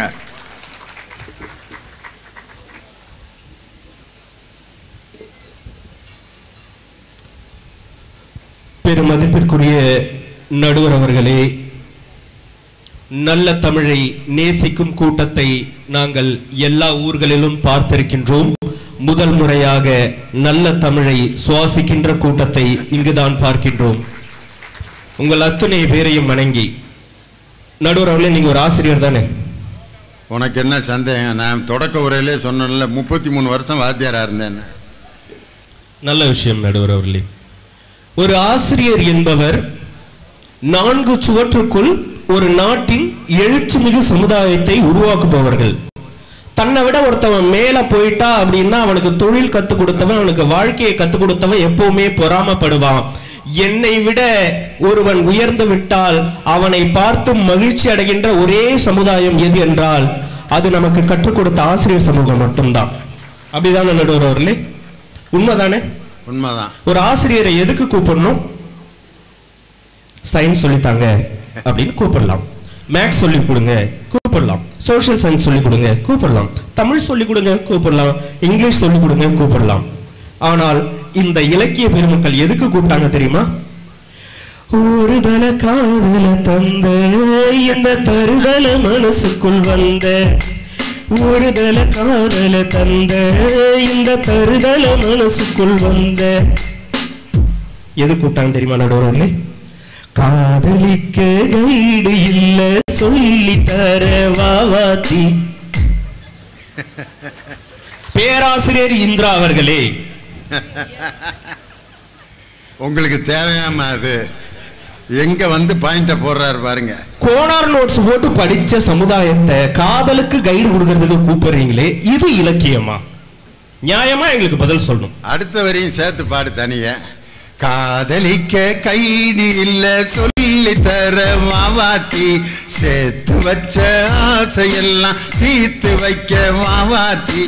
ஏ உசுரே ஓ உசுரா தாரங்கை மாத்தி அடியாத்தி, இது என்ன ஃபீலு, ஒன்னால நான் ஃபெயிலு, பிடிக்காம ஓட்டுநரீலு, இனிமே நான் ஆளு. அட சொல்லி கொடுத்தானே அதையாவது ஒழுங்கா கத்துக்கிட்டு இருந்தாலும் பரவாயில்ல, அதுலயும் ஃபெயிலு. என்ன பாட்டு போடுறீங்க, அதுக்கு சப்போர்ட் பண்றதுக்கு 2 பேர் வரலாமா? முதல்ல ஒரு பேராசிரியர் எதிரணிக்கு என்ன பாட்டு போடுறீங்க? நடுவரில் ஒரு பாடல் சொல்றேன், காதலன் ஒரு படம். இது வரைக்கும் அப்படி இலக்கிய செறிவு நிறைந்த ஒரு பாடல் நீங்க கேட்டிருக்கவே முடியாது. கேக்குறீங்களா அந்த பாட்டை? சாராயம் கருவாடு துண்டு பீடி பப்பாலு குடிச குப்பை தொட்டி பக்கத்துல டீ கடை ரிக்ஷா பாட்லோடு மாஞ்சா எடுத்து பத்தல பத்தல பத்தல பத்தல பத்தல பத்தல பத்தல ஞான பழமே நீ செய்யோ பேட்ட ஞான பழமே. நடுவர் இது கூட தமிழ் வார்த்தையெல்லாம் கேக்குதியா? நான் ஒரு இலக்கிய பாட்டு பாடவா? பாடுங்க நடுவர். மலம பித்தா பித்தாத்தே மலம பித்தாத்தே ஹே பில்லா பங்கரபி பல்லுஹ பித்தா பங்கரபி பல்லுஹ பே பங்கரபி பல்லே பல்லே பங்கரபி ஹே பில்லா பங்கரபி பல்லுஹ பித்தா பங்கரபி பல்லுஹ பே பங்கரபி பல்லே பல்லே பங்கரபி. 2 பேரும் வந்து விளக்கம் சொல்லணும். அவர் பேசி முடிச்சிட்டாரு. இப்ப பேராசிரியர் இந்திரா இதுக்கு தான் எழுதிக்கிட்டு இருக்காங்க. இது எந்த இலக்கிய வகையை சேர்ந்தது, வெண்பாவா ஆசிரியப்பாவா கலிப்பாவா அப்படின்னு எழுதிக்கிட்டு இருக்காங்க. நடுவர் அவர்களே, நல்ல பாடல்கள், வர்ணித்த பாடல்கள் 1000 பாடல்கள் இருக்கான்னு கேட்டா கிடையாது. பெண்களை வர்ணிக்கிறதே எப்படிங்க வைக்கிறான்? கொக்கோ கோலா பிரவுன் கலருடா, ஏன் அக்கா பொண்ணு அதே கலருடா, காஃபியில பண்ண அமுக்குடா, அந்த காம்பினேஷன் ரொம்ப கூடுடா, ஐயோ ஜில்லுன்னு என் ஆளு பார்த்தாலே ஐயா மனசுக்குள் ஐசதான் வச்சாலே. பேராசிரியர் வரலாமா? அது முன்னாடி பின்னாடி கண்ணாடி அப்படின்னு எழுதுனா போதும், இடையில இருக்க வார்த்தையை பத்தி கவலையே இல்லை. விதவிதமா சோப்பு சேப்பு கண்ணாடி, எங்க அக்கா மக வந்து நின்னா முன்னாடி, எப்பவுமே காதல் ஒரு கண்ணாடி, அத உடஞ்சிராம பாக்குறவன் கில்லாடி. டாவு டாவு டாவு டா டாவு லாட்டி டையடா டாவு டாவு டாவு டா டாவு லாட்டி டையடா. ராஜன் இசை தமிழ் அப்படின்னு இதெல்லாம் எந்த வகையில சேர்க்கிறது? என்ன தத்துவத்தை நீங்க சொல்றீங்க? அதுவும் வந்ததுல இருந்து ராஜன் அவர்கள் பாடின பாட்டெல்லாம் பாருங்க. அவங்க தாத்தா காலத்துல அவங்க அப்பா காலத்துல பாடின பாட்டெல்லாம் கொண்டு வந்து பாடிவிட்டு இதெல்லாம் இலக்கியம் தானே. நான் கேக்குறேன், ஒரு 20 வருஷத்துல பாடின பாடல்கள் மட்டுமே பாடுறீங்களே, அதுக்கப்புறம் 60 வருஷம் அந்த பாடல்கள்லாம் அப்படி இருக்கா அப்படின்றதான் எங்களுடைய கேள்வி. நல்ல பாடல்கள் எங்களுக்கும் தெரியும், ஏன் நாங்க பாட மாட்டோம்? கண்ணு கொருவண்ணு கிளி காது கொருகான குயில் நெஞ்சு கொருவந்தி கொடி நீதானம்மா, கத்தி தவழும் தங்கச்சிமிழே பொங்கி பெருகும் சங்க தமிழை, முத்தம் தர நித்தம் வரும் நட்சத்திரம், யாரோடு எங்கு எனக்கென்ன பேச்சு, நீதானே கண்ணே நான் வாங்கும் மூச்சு, வாங்காக வேண்டும் வாரா கண்ணே, ராசாத்தி ஒன்ன காணாத நின்று காத்தாடி போலாடுது. இந்த பாட்டை நாங்க கண்டுபிடிக்கணும்னா 4 ஃபில்டர் வச்சு வடிகட்டிட்டு கடைசியா தேடி எடுத்தோம்னா வைதேகி காத்திரலாம் ஒரு பாட்டு எடுக்கலாம். ஆனா இப்ப வரக்கூடிய பாடல்கள்லாம் அப்படி இருக்குதா அப்படின்றதா என்னுடைய கேள்வி. அடிடா அவள உதடா அவள வெட்டா அவள தேவையே இல்ல, கார்டு வாங்கி கொடுக்கிறோம், கவிதை எழுதி கொடுக்கிறோம், செல்லு வாங்கி கொடுக்கிறோம், ரீசார்ஜும் பண்ணி கொடுக்கிறோம், அன்பை கூட வாரி வாரி கொடுக்கிறோம், அவங்க வீட்டுக்கும் தான் ரேஷன் வாங்கி கொடுக்கிறோம், நாங்க கொடுத்ததெல்லாம் வாங்கிக்கிட்ட அவங்க தான் எங்களுக்கு வேதனைய கொடுக்கிறாங்க. ஏனடா ராஜன் சார்? இதெல்லாம் எந்த நான்மணி கடிகைகள் வந்தது, எந்த 10 பாட்டுல வந்தது, இல்ல எந்த திருக்குறள்ல வந்தது, இல்ல எந்த செய்யுள்ல வந்தது அப்படின்னு பேராசிரியர் இந்திரா அவர்கள் வந்து எங்களுக்கு பதில் சொல்லணும். சார் பாடல்கள் அப்படின்றது மென்மையா இருந்தா இலக்கியம் நாங்க எடுத்துக்குவோம் சார். ஒரு பாடல் சார் அடி வயிற்றுல இருந்து பாடுறான் சார். அடியே அடியே என்ன எங்கடி கூட்டி போற, தெரியல எதுக்குடா பின்னாடி போற, என்னடா பாட்டு போடுறீங்க. இன்னொரு பாட்டு நடுவர் அவர்களே, கண்ணும் கண்ணும் நோக்கியா நீ கொள்ளை கொள்ளும் மாஃபியா கேப்பச்சினோ காஃபியா சோஃபியா. அந்த பாட்டை கேட்டு சோபியான்ற பிள்ளைக்கு பாடிட்டு இருக்கான் போல இருக்குன்னு நானும் ரொம்ப காலமா நினைச்சிட்டு இருக்கேன். கடைசியா அந்த பாட்டு லைனை எடுத்து பார்த்ததுக்கு அப்புறம் தான் தெரியுது சோஃபியா அப்படின்னு கேட்டிருக்கிறான். ஒரு பாடல்களுடைய வரிய முதல்ல தெளிவா உச்சரிக்கிற மாதிரி எழுதுறாங்களா? காதல் பிசாசை காதல் பிசாசை ஏதோ சௌக்கியம் பருவாயில்லை, காதல் பிசாசை காதல் பிசாசை நாளும் அவஸ்தைகள் பருவாயில்லை. ஏன்னா அந்த பிள்ளைக்கு அம்புட்டு பருவா இருக்கும் அப்படின்னு யோசிச்சா பரவாயில்லையா, பரவாயில்லையே பருவாயில்லைன்னு பாடி சமூகத்தை கெடுத்துக்கிட்டு நடுவில் இப்போ ஒரு பாட்டு வந்திருக்கு நடுவர் அவர்களே, எல்லாம் ட்ரெண்டிங் அந்த பாட்டு தான். அந்த அறிவிப்பும் அன்பை தருவா சின்ன அறிவிப்பும் என்று சுடுவாளை, ஐயோ தும்மிடி தும்மிடி தும்மிடி இருமிடி இருமிடி இருமிடி. என்னடா பாட்டு போறீங்க நடுவர்களே? பாடல்கள் கேட்கும் போது காதுக்கு இனிமையா இருக்கணும், அப்படித்தான் இருக்குதா ஒரு பாட்டு? வெத்தலை போட்ட சோக்குல நான் கப்புன்னு குத்துன மூக்குல அட வந்தது பாரு ரத்தம், இந்த அமர மனசு சுத்தம் வாராவத்தி இறக்கும் அமரம் வந்து நின்னா சருக்கும், அமரம் பேர சொன்னா பாரு சோடா பாட்டில் பறக்கும், ஐசால கடிமேட்டு தானுங்க அமரன் பாட்டுல தான் கெட்டிக்காரங்க, ஏய் ஐசால கடிமேட்டு தானுங்க அமரன் பாட்டுல தான் கெட்டிக்காரங்க. சோடா பாட்டில் பறக்கிற பாட்டுக்கு கண்ணாடி போட்டுக்கிட்டு ஒரு பேராசிரியர். ஏற்கனவே ஒரு காலகட்டத்தில் மாணவர்களுடைய சிகை அலங்காரம் உடை அலங்காரம் எப்படிங்க இருந்தது? நீட்டா தலை கோதி இருக்கணும், வாரி அழகா அயன் பண்ணி இருக்கணும், ஷர்ட் அழகா பேண்ட் போட்டிருக்கணும், அப்படிதான் மாணவர்கள் பள்ளிக்கூடத்துக்கு வரணும் அப்படின்னு ஆசிரியர்கள் சொல்லி கொடுத்த ஒரு காலம் இருந்தது. இன்னைக்கு தெளிவா பாருங்க, கிளாஸ் ரூம்ல மேல 2 பட்டன் எவனுக்கும் மூடவே மாட்டேங்குது. ஏற்கனவே அவன் கை ஒல்லியாதான் இருக்குது, அதை விட டைட்டா ஒரு சட்டையை தச்சு போட்டு அந்த பேண்ட் கால் பாதத்தை தொடவே மாட்டேன், ஏற்கனவே இருக்கிற லெகின்ஸ் மாதிரி சுருக்கி மேல விட்டுக்கிட்டு இடுப்புல தங்காத ஒரு பேண்ட்டை போட்டுக்கிட்டு வரான். அவனை கெடுத்து வச்சிருக்கிறதெல்லாம் எது தெரியுமா நடுவர்களே? அவங்களுடைய இலக்கிய நிறைந்த பாடல்கள் தான். என்ன பாட்டு தெரியுமா?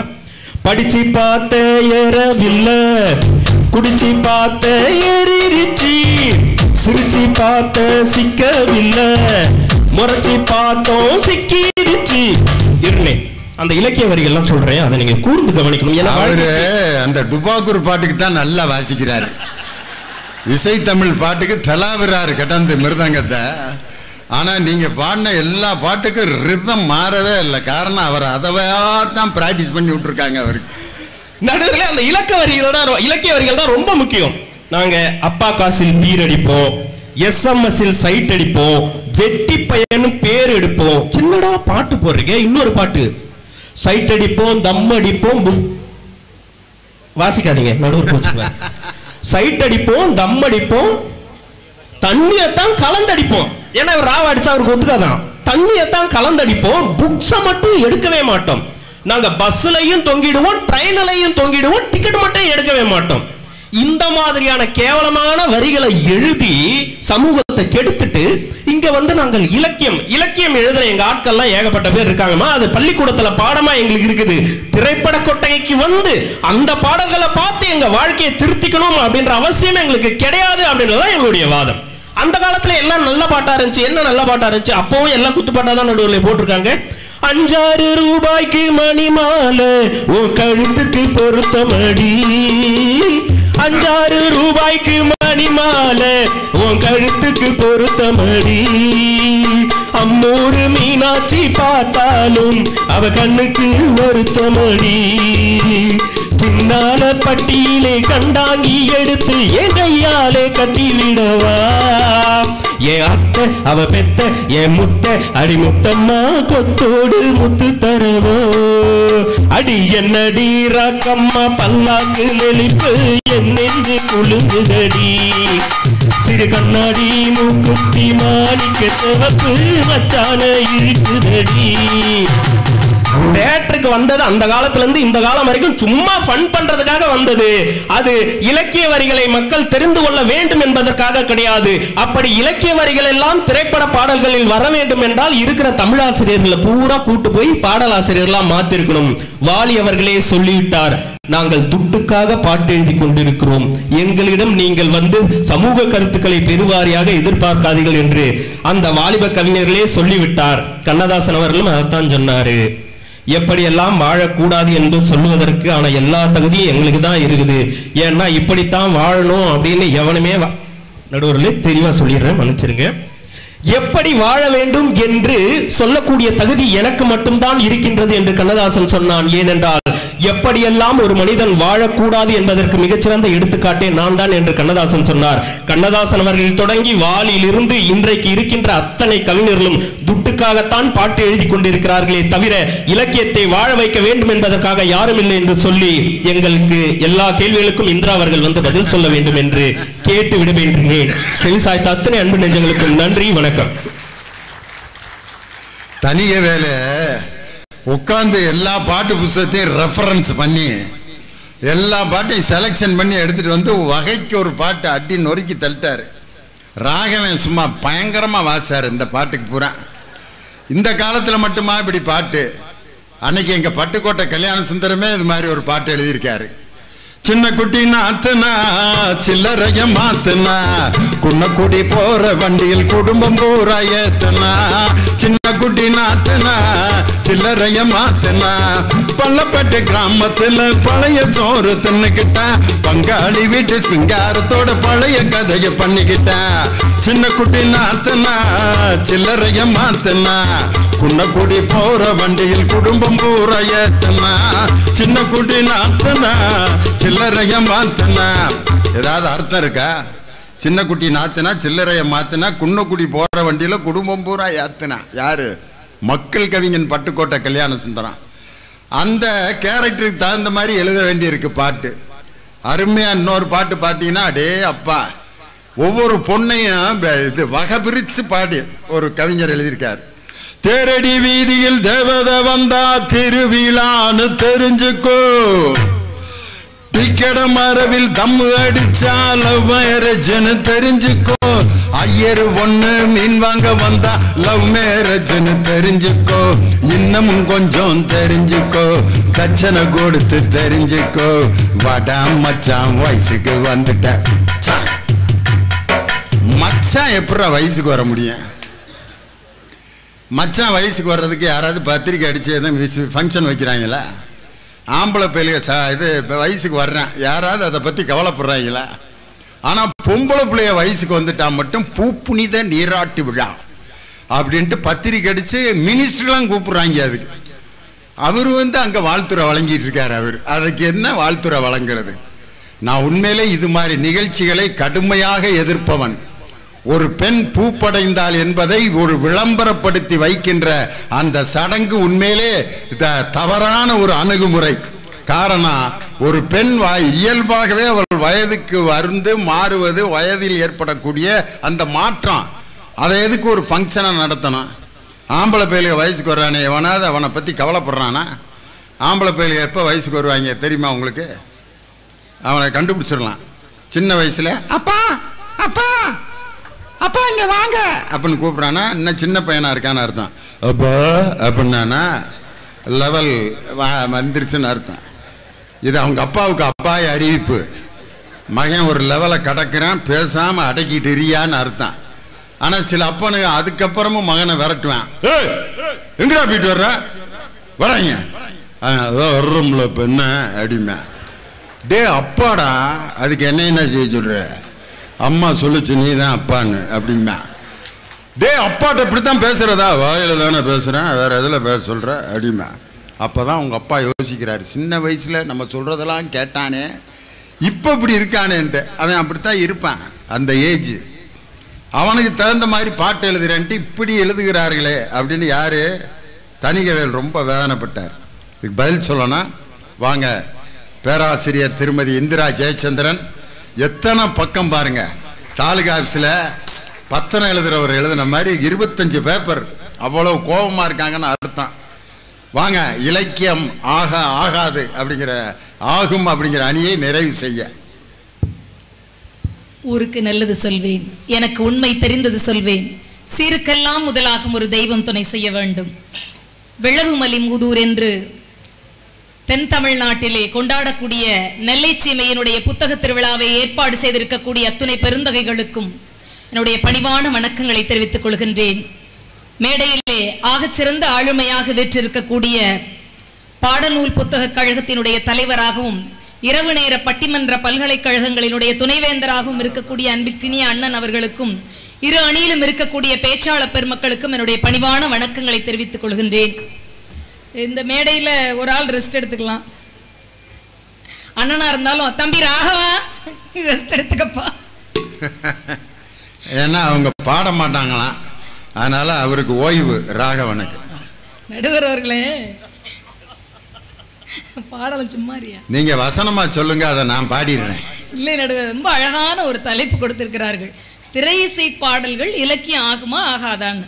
அதுக்கு 2-3 நல்ல நல்ல எடுத்துக்காட்டுகளை பிரமாதமாக பாடி எங்கள் அணியில் அணித்தலைவர் பேசிட்டு உட்காந்துக்கிறாரு.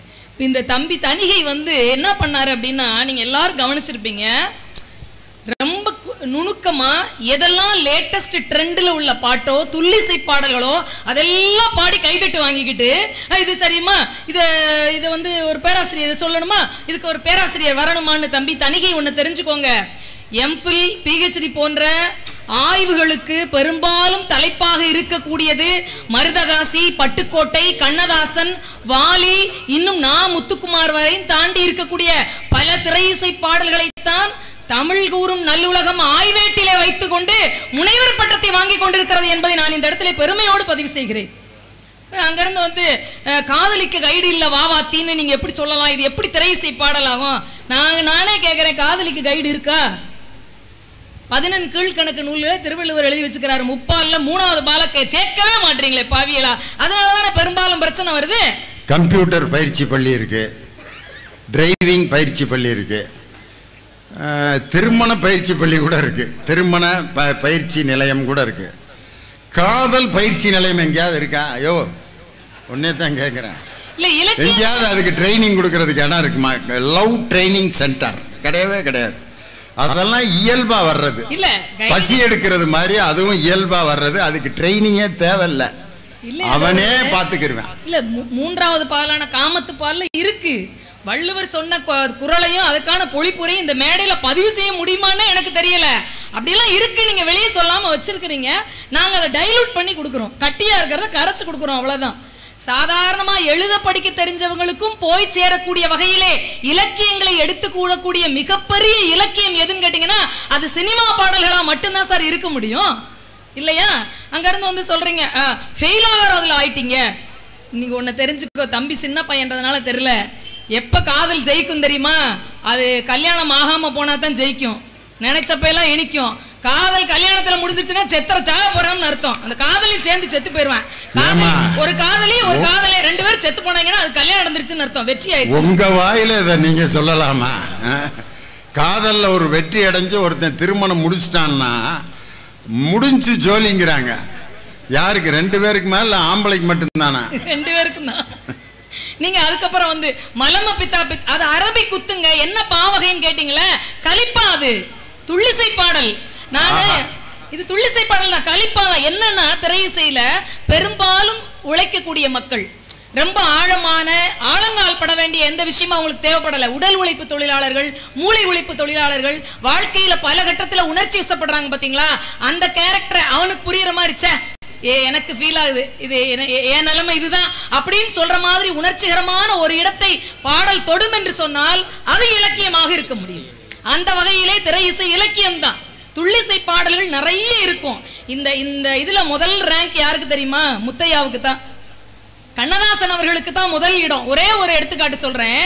நீங்க பெரிய பெரிய சங்க இலக்கியமோ அல்லது மகா இதிகாசங்களோ அல்லது நீதி நூல்களோ அதுக்கப்புறம் வந்த புது கவிதைகளுக்கோ சொல்ல முடியாத மிகப்பெரிய பொழிப்புரைய ஒரே ஒரு வரியில 1 மணி நேரம் சொல்லலாம். ஒரு பாடலுக்கான பொழிப்புரை, ஒரு தத்துவ பாடலுக்கு எறும்பு தோலை உரித்து பார்க்க யானை வந்ததடா, என் இதய தோலை உரித்து பார்க்க ஞானம் வந்ததடான்னு ஒரு வரி இருக்கு.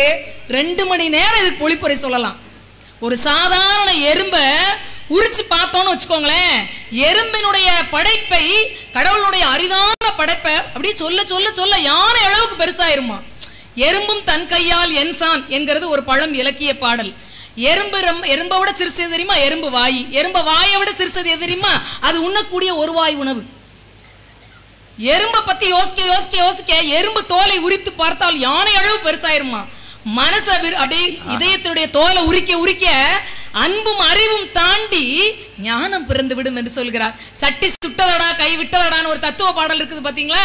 இந்த பாட்டுக்கு இணையாக ஏதாவது ஒரு இலக்கியத்தை கூட நீங்க முடிஞ்சா இனியவன் எடுத்து வந்து வைங்களேன் பாப்போம். ஆலயமணியில சிவாஜி கணேசன் என்ன அழகான பாடல் வரீங்க இது. சட்டி சுட்டதடா கை விட்டதடா, புத்தி கெட்டதடா நெஞ்சை தொட்டதடா, புத்தி கெட்டதடா நெஞ்சை தொட்டதடா. நாளும் நடந்து முடிந்த பின்னால் நல்லது கெட்டது தெரிந்ததடா, நாளும் முடிந்து நடந்த பின்னால் நல்லது கெட்டது தெரிந்ததடா. சட்டி சுட்டதடா கை விட்டதடா, புத்தி கெட்டதடா நெஞ்சை தொட்டதடா. சிவாஜி கணேசனை தவிர வேற எந்த நடிகனும் இந்த பாட்டுக்கு நடிக்கவே முடியாது. நடிப்புக்கு டிக்ஷனரி. அந்த வாழ்வியல் இலக்கியம் இருக்குது பாத்தீங்களா, எல்லாரையும் ஃபீல் பண்ண வைக்கும் பாத்தீங்களா. என் வாழ்க்கையில இது மாதிரி ஒரு கட்டம் இருக்குதுன்னு ஒன்றி போக வைக்கக்கூடிய எல்லா படைப்புகளும் மொழியிலே இலக்கியம் தான். இப்ப நீங்க சாதாரணமா எழுதும் போது பிழை இல்லாமல் எழுதணும், பேசும்போது பிழை இல்லாமல் பேச வேண்டும் என்று சொல்லுகிறீங்கன்னு வச்சுக்கோங்களேன். இல்ல அங்கிட்டு இங்கிட்டு சாடிட்டு நிக்காதுல, ஏமல வாரியல் மேல ஏறி நிக்க அப்படின்னா இது மொழி இல்லையா? இது மொழி கிடையாது, இது பிழை அப்படின்னு நீங்க 2 பேரும் சண்டை ஓட வருவீங்களா? இது அழகான வட்டார வழக்கு, எளிமையாக போய் சேரக்கூடிய மொழி இது மட்டும்தான். இது போலத்தான் திரை இலக்கியம். ஏண்டா ஏசுத? நாங்க திருநெல்வேலிக்கு வேலைக்கு வந்தோம்னா நான் பட்ட பாடு, ஏழை ஏசுத அப்படின்னா, ஏசுறதுன்னா என்னன்னே எனக்கு ரொம்ப நேரமா தெரியல. நான் ஏசுநாதரை பத்தி பேசிட்டு இருக்காங்களாக்குன்னு நினைச்சேன். ஏசுறதுன்னா திட்டுறதான். அதுக்கப்புறம் தொலியை உரிச்சிருவேன்ல, கம்ப காணாது அப்படின்னாரு. கம்புனா என்ன, தொலியை உரிக்கிறதுனா என்னடா, தோலை உரிக்கிறது கேள்விப்பட்டிருக்கான். அப்புறம்தான் தோல்ங்கிறது தான் தொலிய அப்படிங்கிறது தெரிஞ்சு. ஏலே ஏசாத, கம்பு காணாதுற, தொலியை உரிச்சிருவோம்ல. ஏலே வயிறு வலிக்கிறது அப்படின்னு சொல்லவே மாட்டாங்க. வயிறு வலிக்கி வலிக்கிறது அப்படின்னு சொல்லுங்க, வலிக்கி அப்படின்னு. நாகேஸ்வர் படத்துல சொல்லுவாங்கல்ல, சொல்வார்கள் அப்படின்னு சொல்லுங்க, சொல்லுவாக அப்படிம்பாரு. கேட்பார்கள் அப்படின்னு சொல்லுவாரு வக்கீல், கேட்பாக அப்படிம்பாரு. கேட்பார்கள் அப்படிம்பாரு, கேட்பாக அப்படிம்பாரு. கொஞ்ச நேரம் கழிச்சு வக்கீல் கேட்பாகன்றுவாரு. இவனால நமக்கு இந்த வியாதி மாறிடுச்சு. அது திருநெல்வேலி வழக்குமா, சுகமா இருக்கும். நடுவர்களே, வட்டார வழக்கும் மொழிதான் மக்களுடைய அடிமனதிலே இருக்கக்கூடிய சாதாரண வாழ்வியல் தானே. அது போலதான் இலக்கியத்தில சினிமா பாடல்களும் இலக்கியம்தான். ஏன்னா அதுதான் டக்குன்னு போய் பக்கத்துல போய் சேருது. நீங்க இன்னைக்கு இருக்கக்கூடிய கண்ணதாசன் ஒன்னு சொல்லிட்டு நான் இன்னைக்கு இருக்கக்கூடிய திரையிசை பாடல் 2 சொல்லி நான் முடிக்கிறேன். அவன் சொல்லும் போது சொன்னீங்க, ஒரு தத்துவ பாடல் சொன்னோம்ல, காதல் பாடல் ஒண்ணுங்க. நீங்க தமிழ் இலக்கிய பேராசிரியர் திரும்ப திரும்ப கேட்டதுனால வர வழியே இல்லை. நான் ஒரு இலக்கணம் நடத்துவேன், நீ கேட்டுதான் ஆகணும். ஆமா, சலசலன்னா ரெட்டக்கிழவி, பிரிச்சா பொருள் தராது. அடுக்கு தொடர், அதே பாம்பு பாம்பு வாங்க வாங்கன்னா பிரிச்சா பொருள் தரும். இது அடுக்கு தொடர். வந்த சொல்லே மீண்டும் ஒரு முறை, இருமுறை, மும்முறை, 4 முறை அடுக்கி வந்தால் அடுக்கு தொடர். இதுல ஒரு ட்விஸ்ட் வச்சிருப்பாருங்க கண்ணதாசன். ஒரு சொல், முதல் 2 சொல்லு ஒரே சொல்லு, வரும்போது பெயர் சொல்லு, 2வது வரும்போது வினை சொல்லு. இப்படி எந்த கொம்பனும் இதுவரைக்கும் இலக்கியத்துல பாடலங்க. முதலிரவிலே பூஜைக்கு வந்த மலரே வாங்குற பாடலை இதுவரைக்கும் நீங்க எப்படி சாதாரணமா கேட்டுக்கீங்களா? இன்னைக்கு திருப்பி போய் யூடியூப்லயோ எதுலயோ அடிச்சு கேளுங்க. எல்லா வார்த்தைகளும் 2 தடவை வரும். எதுவுமே அடுக்கு தொடர் கிடையாது. முதல்ல இருக்கிறது பெயர் சொல்லு, 2வது இருக்கிறது வினை சொல்லு. ஒரு வரி சொல்றேன் பாருங்களேன். தேனில் ஊறிய மொழியும் மொழியும் பாரு. தேனில் ஊறிய மொழியும்னா முதல்ல இருக்க மொழிங்கிறது பெயர் சொல்லு, லாங்குவேஜ்னு அர்த்தம். மொழியும்னா சொல்றது, 2வது இருக்கிறது வெறுப்பு, வினை சொல். தேனில் ஊறிய மொழியும் மொழியும்னு வரும். அடுத்த வரி மலரும் மலரும் பூ மலரும்னு வரும். முதல்ல இருக்க மலருங்கிறது பூவும் அர்த்தம், ரெண்டாவது இருக்கிற மலருங்கிறது விரியும் அர்த்தம். ஒவ்வொரு வரியிலையும் முதல்ல பெயர் சொல், ரெண்டாவது வினைச்சொல். எந்த கொம்பனும் இது வரைக்கும் இலக்கியத்துல தொடை என்ன எத்தனை தொடை இருக்கு, என் வகை தொடை இருக்குதுல, எதுகை, மோனை, இயைபு, முரண் எல்லாமே இருக்குல்ல. ஏன்ட்ட படிச்ச போய் ஒரு தடவை எழுதியிருந்தான் தனிய மாதிரி ஒரு பையன், தொடை எத்தனை வைப்படனா 2 வைப்படும், வலதோட இடதோட எழுதியிருந்தான். உங்களுக்கெல்லாம் பாடுற இடத்துல இப்படித்தாப்பா நான் வந்து மேடையில வந்து இலக்கணம் சொல்லி தர வேண்டியிருக்கு. எங்க ஸ்கூல்ல ஒருத்தன் தமிழ் படிச்சவன் மாத்திரை என்றால் என்ன நடத்திட்டாரு. இக் அரை மாத்திரை, கா ஒரு மாத்திரை, கா 2 மாத்திரை. மாத்திரை என்றால் என்ன எடுத்துக்காட்டுடன் விளக்கு. படிக்கல, எழுதிட்டான். மாத்திரை என்றால் நோய் வந்தால் கொடுக்கப்படுவது. அரசாங்க ஆஸ்பத்திரியில் இலவசமாக கிடைக்கும், மருந்து கடைகளில் காசு கொடுத்தால் தான் கொடுப்பார்கள். பெரும்பாலும் வெள்ளையாகத்தான் இருக்கும். நடுவிலே ஒரு கோடு இருக்கும், அதில் தானா ஆனா என்று போட்டிருப்பார்கள். அதற்கு பெயர் தமிழ்நாடு அரசு என்று பொருள். வாத்தியார் ரைட் போட்டு 5க்கு 5 போட்டார். நீ அந்த மாத்திரையை விட இந்த மாத்திரை எப்படி அனலைஸ் பண்ணியிருக்க பாரு. நடுவர் அவர்களே, ஒரு காலத்தில் நாங்கள் 60களிலும் 70களிலும் 80களிலும் கேட்ட பாடல்கள் இருக்குது பாத்தீங்களா, அந்த பாட்டை கேட்ட முறைக்கும் அந்த பாட்டை கேட்பதற்கான வாய்ப்பும் வேறு வேறாக இருந்தது. இன்னைக்கு வேற மாதிரி இருக்கு. இப்ப நீங்க தலைப்பு சொன்ன உடனே ஒரு 10 நாளைக்கு முன்னாடி நான் யூடியூப் எடுத்து பாக்குறேன், எது ரொம்ப தடவை கேட்கப்பட்டிருக்கு. இப்ப லேட்டஸ்டா ட்ரெண்ட்ல உள்ள பாட்டை, எந்த பாட்டை ரொம்ப தடவை கேட்டிருக்காங்க, எது ரசிகர் மன்றத்தில் பிரபலமா இருக்குன்றதுக்காக நான் எடுக்கிறேன். நீங்க எதையுமே யாருமே எதிர்பார்க்க முடியாது, எந்த திரை சீட்டும் இல்லை. ரத்த கொதிப்பு, மாமனா இருக்கு, ரத்த கொதிப்பு, நான் ஒச்சக்கல்ல உருண்ட கள்ளப்பருப்பு, இப்படின்னு ஒரு பாட்டு வருங்க. இதுதாங்க பல மில்லியன் வியூஸ் பார்த்திருக்காங்க. உங்களுடைய ரசனை மாறி போயிடுச்சு. நிறைய திரை அதை விட பெரிய மில்லியன் உங்களுக்கு தெரியாதா? ஏய் ரவெல்லா ரங்காவுதே ரபரிக்கு ரவு ரவு, ஏய் தீயெல்லாம் தீவாகுதே தீ பிடிக்க வாயளவு, அச்சத்தை குறைச்சா மிச்சத்தை கொடுத்தா, அச்சத்தை கொடுத்தா மிச்சத்தை மறுத்தா, ஹே ரவெல்லாம் ரங்காவுதே ரபரிக்கு லவு லவு, நுக்கவலையா நுக்கவலையா. எப்படி வாசிக்கிறார் வித்யா ராகவன்? இது வரைக்கும் வாசித்ததிலே பெஸ்ட் ரிதம் எதுக்கு தான். அவர் பழகினதுல இருந்து இந்த பாட்டுக்கு தான் நிறைய தடவை வாசிருப்பாருன்னு அர்த்தம்.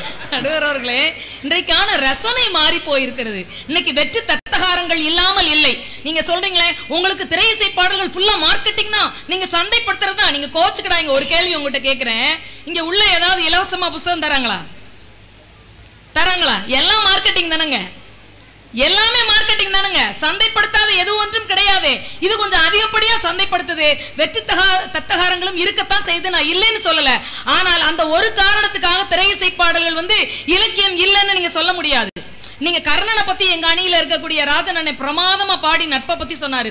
இப்போ ஒரு கர்ணன் வந்திருக்கு. மாரி செல்வராஜ் ஒரு விஷயத்தை சொல்லி பதிவு பண்ணிருக்காரு. அந்த பாட்டு இதயத்துல போய் உட்காரலையா? அந்த பாட்டு அப்படியே கண்ணை மூடிட்டு ரசிக்க முடியலையா? கண்ணை மூடினா 2 சொட்டு கண்ணீர் வரலையா?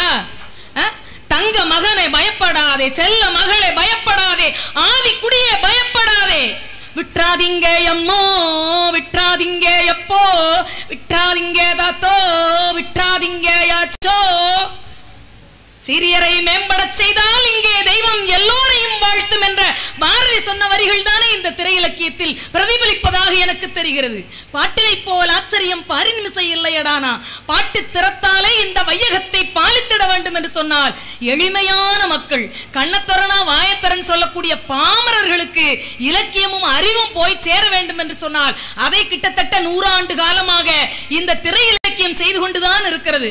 இங்க பாரதிதாசன் ஆரம்ப காலகட்டத்தில் புதுக்கவி தோற்ற வசனகர்த்தாவாக வந்த பாரதியாக இருக்கட்டும், அவரை தொடர்ந்து வந்த பாரதிதாசனாக இருக்கட்டும், முத திராவிட கழகத்திலிருந்து தன்னுடைய பாசறையாக திரை இசை பாடல்களை மாற்றிக்கொண்டது பாரதிதாசன் என்பது இந்த இடத்துல நான் ரொம்ப பெருமையோடும் மகிழ்ச்சியோடும் பதிவு பண்றேன்.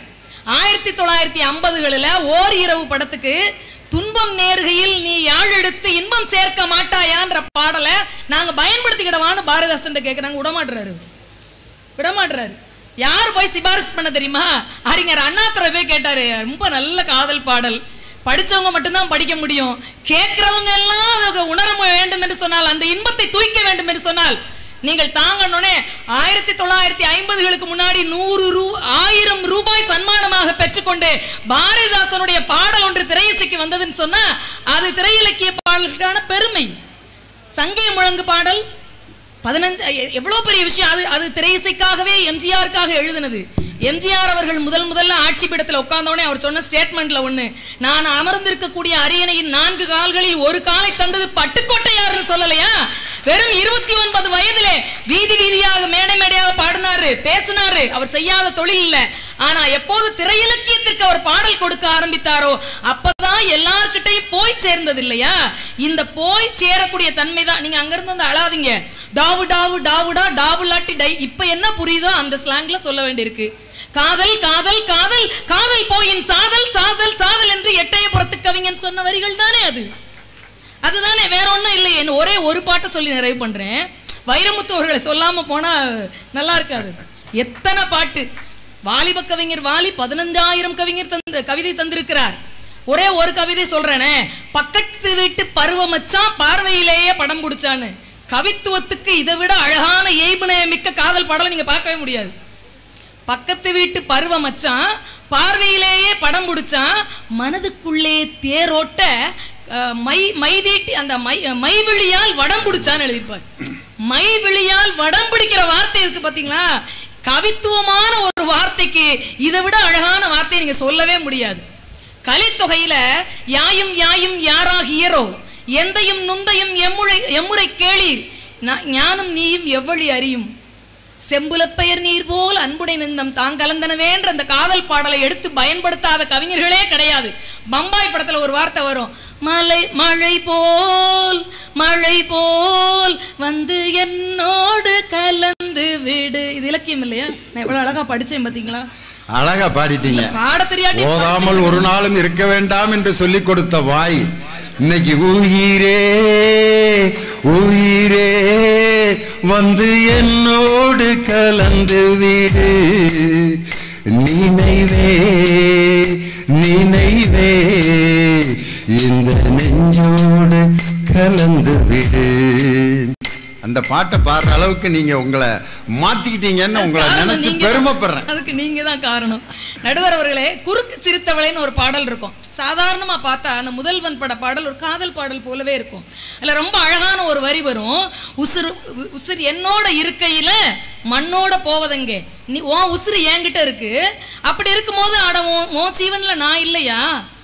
கடைசி வரி தான் ரொம்ப முக்கியம். கொல்ல வந்த மரணம் கூட குழம்புதையான்னு ஒரு வார்த்தை இருக்கும் பாத்தீங்களா? யார கொல்றதுன்னு தெரியாம மரணத்துக்கு ஒரு குழப்பம் வருமானு. இது எங்க இருந்து தூக்கப்பட்ட வரிகள் தெரியுமா?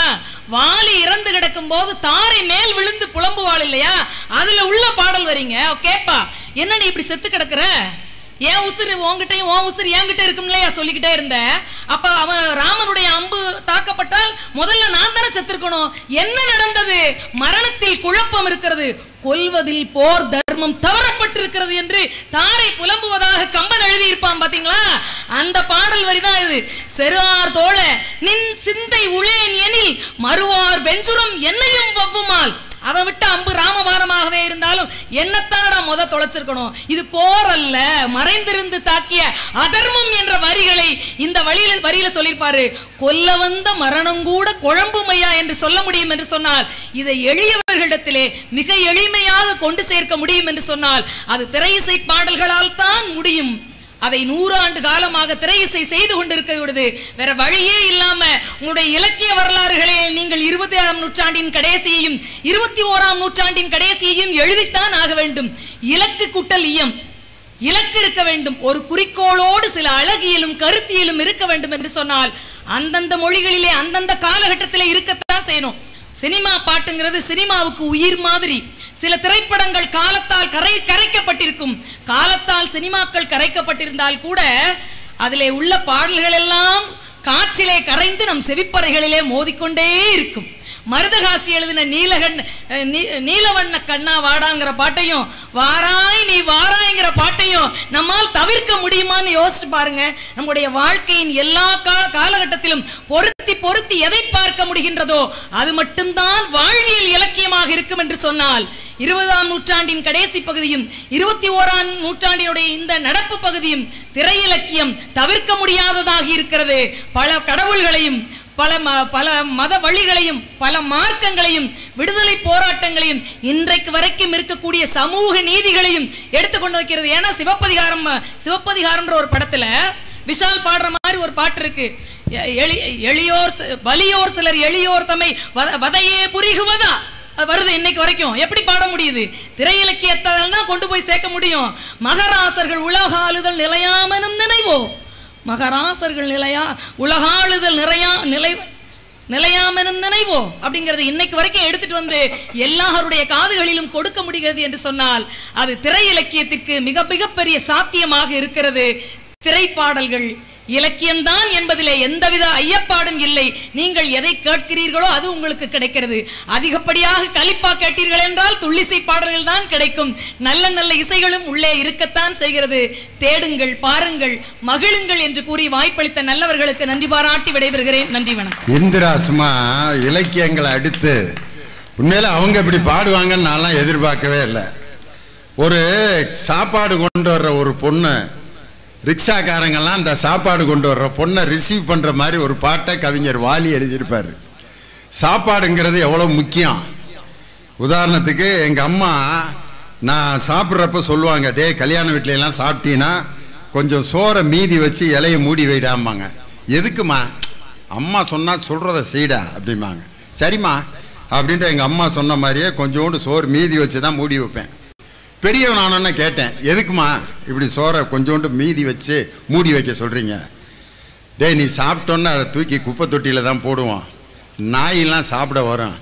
நீ கொஞ்சம் சோறு மீதி வச்சுருந்தீங்கன்னா அந்த நாய் ஓப்பன் பண்ணிவிட்டு என்ன நினைக்கேன், எந்த மகராசனும் நமக்கு சோறு மீதி வச்சுருக்காரு அப்படின்னு நினச்சிக்கிட்டே சாப்பிடும்டா. நீ வலிச்சு போட்டிருந்தீங்கன்னா நாய் ஓப்பன் பண்ணிவிட்டு நமக்கு முன்னாடியே ஒரு நாய் இதை நக்கிட்டு போயிருக்கு அப்படின்ட்டு நாய்கிட்டே நாயின்னு நீ திட்டி வாங்கக்கூடாதுரா, அதனால கொஞ்சம் சோறை மீதி வைடான்னு எங்கள் அம்மா சொன்னாங்க. இன்னைக்கு பார்த்தீங்கன்னா மாணவர்களுக்கு காலையில் சிற்றுண்டி வழங்கியதால் கிட்டத்தட்ட 40% பள்ளியில் இன்னைக்கு மாணவர்கள் அதிகமாக வந்து சேர்ந்திருக்கிறார்கள். அந்த சாப்பாட்டை பற்றி ஒரு பாட்டு வாலி எழுதியிருக்காரு. வரதப்பா வரதப்பா கஞ்சி வருதப்பா எங்கப்பா, வரதப்பா வரதப்பா கஞ்சி வருதப்பா, கஞ்சி கலையன் தன்னை தலையில் தாங்கி வஞ்சி வருதப்பா. குலாம் காதர் குலாவிலே கறி கிடைக்குது, அது அனுமந்தராவ் சமையலிலே கலந்திருக்குது. மேரியம்மா கேரியரில் ஏறாயிருக்குது, அது பத்மநாபர் ஐயர் வீட்டில் குழம்பில் மிதக்குது. சமையல் எல்லாம் கலக்குது, அது சமத்துவத்தை வளர்க்குது. சாதி சமய பேதம் எல்லாம் சோத்த கண்டா பறக்குது, அட சோத்த கண்டா பறக்குது. வரதப்பா வரதப்பா கஞ்சி வருதப்பா அப்படின்னு எழுதினார். ஆனா அண்மையில் கரூர் மாவட்டத்தில் நடந்தது ஒரு சம்பவம். ஒரு அம்மா சாப்பாடு சமைச்சு கொடுக்குது. அவங்க ஒரு குறிப்பிட்ட ஜாதியை சேர்ந்தவங்கன்னு சாப்பிட்ற மாணவர்கள் எல்லாம் ஜாதி வெறியர்களால் தூண்டிவிடப்பட்டு அவங்க சமைச்சா நாங்கள் சாப்பிட மாட்டோம் அப்படின்னு அடம்பிடிச்சாங்க. பத்திரிகை செய்தி ஆயிடுச்சு. அந்த மாவட்டத்தில் ஆட்சித்தலைவராக இருந்த டாக்டர் பிரபு சங்கர் ஐஏஎஸ் அந்த இடத்துக்கே போய் ஊர்க்காரங்களெல்லாம் கூப்பிட்டு அந்த அம்மா கையில் அவர் உட்கார்ந்து சோறு போட சொல்லி கலெக்டர் வந்து ஊர் மக்களை எல்லாம் திரட்டி சாப்பிட்டார் உட்கார்ந்து. உடனே அந்த பிரச்சனை தீர்ந்துச்சு. அப்படிப்பட்ட ஒரு நல்ல மக்கள் ஆட்சி தலைவர் உங்க ஊருக்கு கிடைச்சிருக்காரு, டாக்டர் கார்த்திகேயன் ஐஏஎஸ். அதனால அவங்க வந்து ஒரு பட்டிமன்றத்தை கேட்க இங்க வந்திருக்கிறது உண்மையிலே உங்கள் பலத்த கரவொலி எழுப்பி அவருடைய சமூக பணியும் மக்கள் பணியும் சிறந்து விளங்கணும்னு அவரை அன்போடு வாழ்த்துகிறேன். காரணம் கலெக்டர்லாம் பெரும்பாலும் அவங்களுக்கு வர்றப்பே ஒரு ஃபோன் வரும் போயிடுவாங்க. அவர் வந்து ரசித்து கேட்குறாருன்னா உண்மையிலே அதுக்கு நாங்கள் தான் கொடுத்து வச்சுருக்கோம். அதனால் அவருக்கு என்னுடைய சிறப்பான நன்றி வாழ்த்துக்கள். அது மாதிரி இன்றைய பாடல் இலக்கியமாகுது அப்படின்னு ரொம்ப அழகாக முடிச்சிருக்காங்க. இன்னும் ஒருத்தர் பேசினா கவிஞர் இனியவன் நிறைவாக இலக்கியம் ஆகாது என்ற அணியை நிறைவு செய்ய வருகிறார். மாவட்ட ஆட்சித்தலைவர் மற்றும் நடுவர் உள்ளிட்ட அவைக்கனுடைய பொடிவான வணக்கத்தை தெரிவித்துக் கொள்கின்றேன். ரொம்ப பரிதாபமாக இருக்கு எதிரணியை பார்க்கின்ற பொழுது. இந்த ரோட்டில் இந்த திருவிழாலாம் அந்த பலூன் சுடுவான் இல்லையா, அவனை பார்த்துட்டு கூட்டு போய் இராணுவத்தில் சேர்ப்பாங்க இல்லையா. இவன் அந்த பலூனையும் நல்லா சுட்டவன், இவனை பார்டரில் விட்டா நல்லா சுடுவான். இந்த 2 பேரும் அதான் பண்ணிட்டு போயிருக்காங்க. ஏங்க இலக்கியத்துக்கு என்னங்க பிரச்சனை வந்தது? நீங்கள் எதுக்கு தமிழ் இசை திரை இசை பாடலை போய் அதோட ஒப்பிடுறீங்க? 6 முறை தேசிய விருது வாங்கின வைரமுத்து அவர்கள் சொன்ன வார்த்தை என்ன தெரியுமா?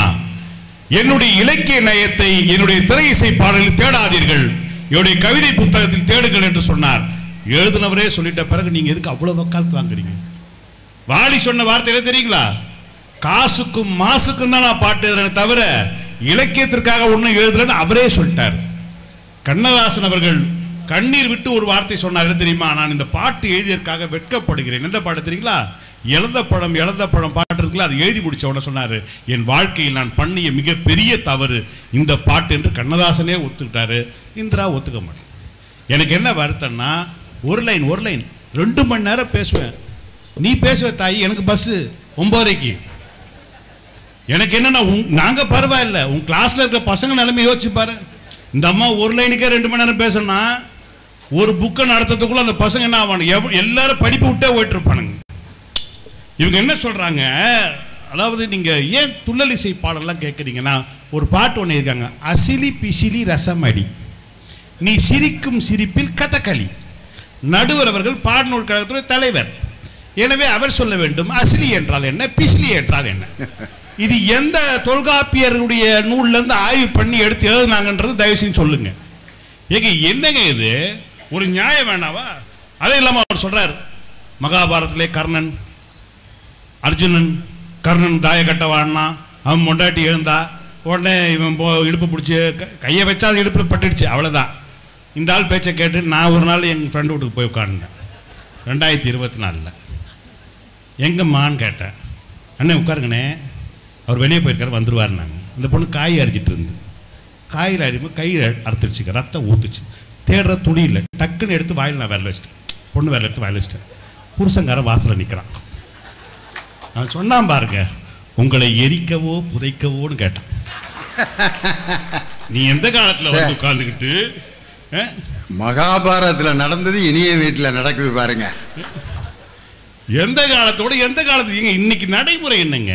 ஒரு சொல்றாங்க துள்ளலிசை பாடல் பாடாதீங்க, அது களியப்பா, ஆசிரியப்பா, பெரியப்பா, சித்தப்பா. நான் மெதுவா சொல்றேன். கண்ணாலே மெய்யா மெய்யான்னு ஒரு பாட்டு. கண்ணாலே மெய்யா மெய்யா கில்லாதே கியா கியா உள்ளே ஓர் மெய்யா உய்யா நீலையா மையா கியாவும் உய்யாவும் என்ன ஏங்க? இதெல்லாம் போய் சப்போர்ட் பண்றீங்களே. நாளைக்கு நீங்க ஒரு ஆசிரியர், நாளைக்கு உங்க ஸ்கூலுக்கு போனா உங்களை என்ன ஓட்டுவான்? கொஞ்சமா நியாயம் வேணாங்க. அவர் சொல்றாங்க, அப்புறம் சட்டி சுட்டுதடா பாட்டுக்கு ஒரு பாட்டு. அந்த பாட்டு எங்க இருந்து எடுத்தேன்னு கண்ணதாசனே சொன்னார்.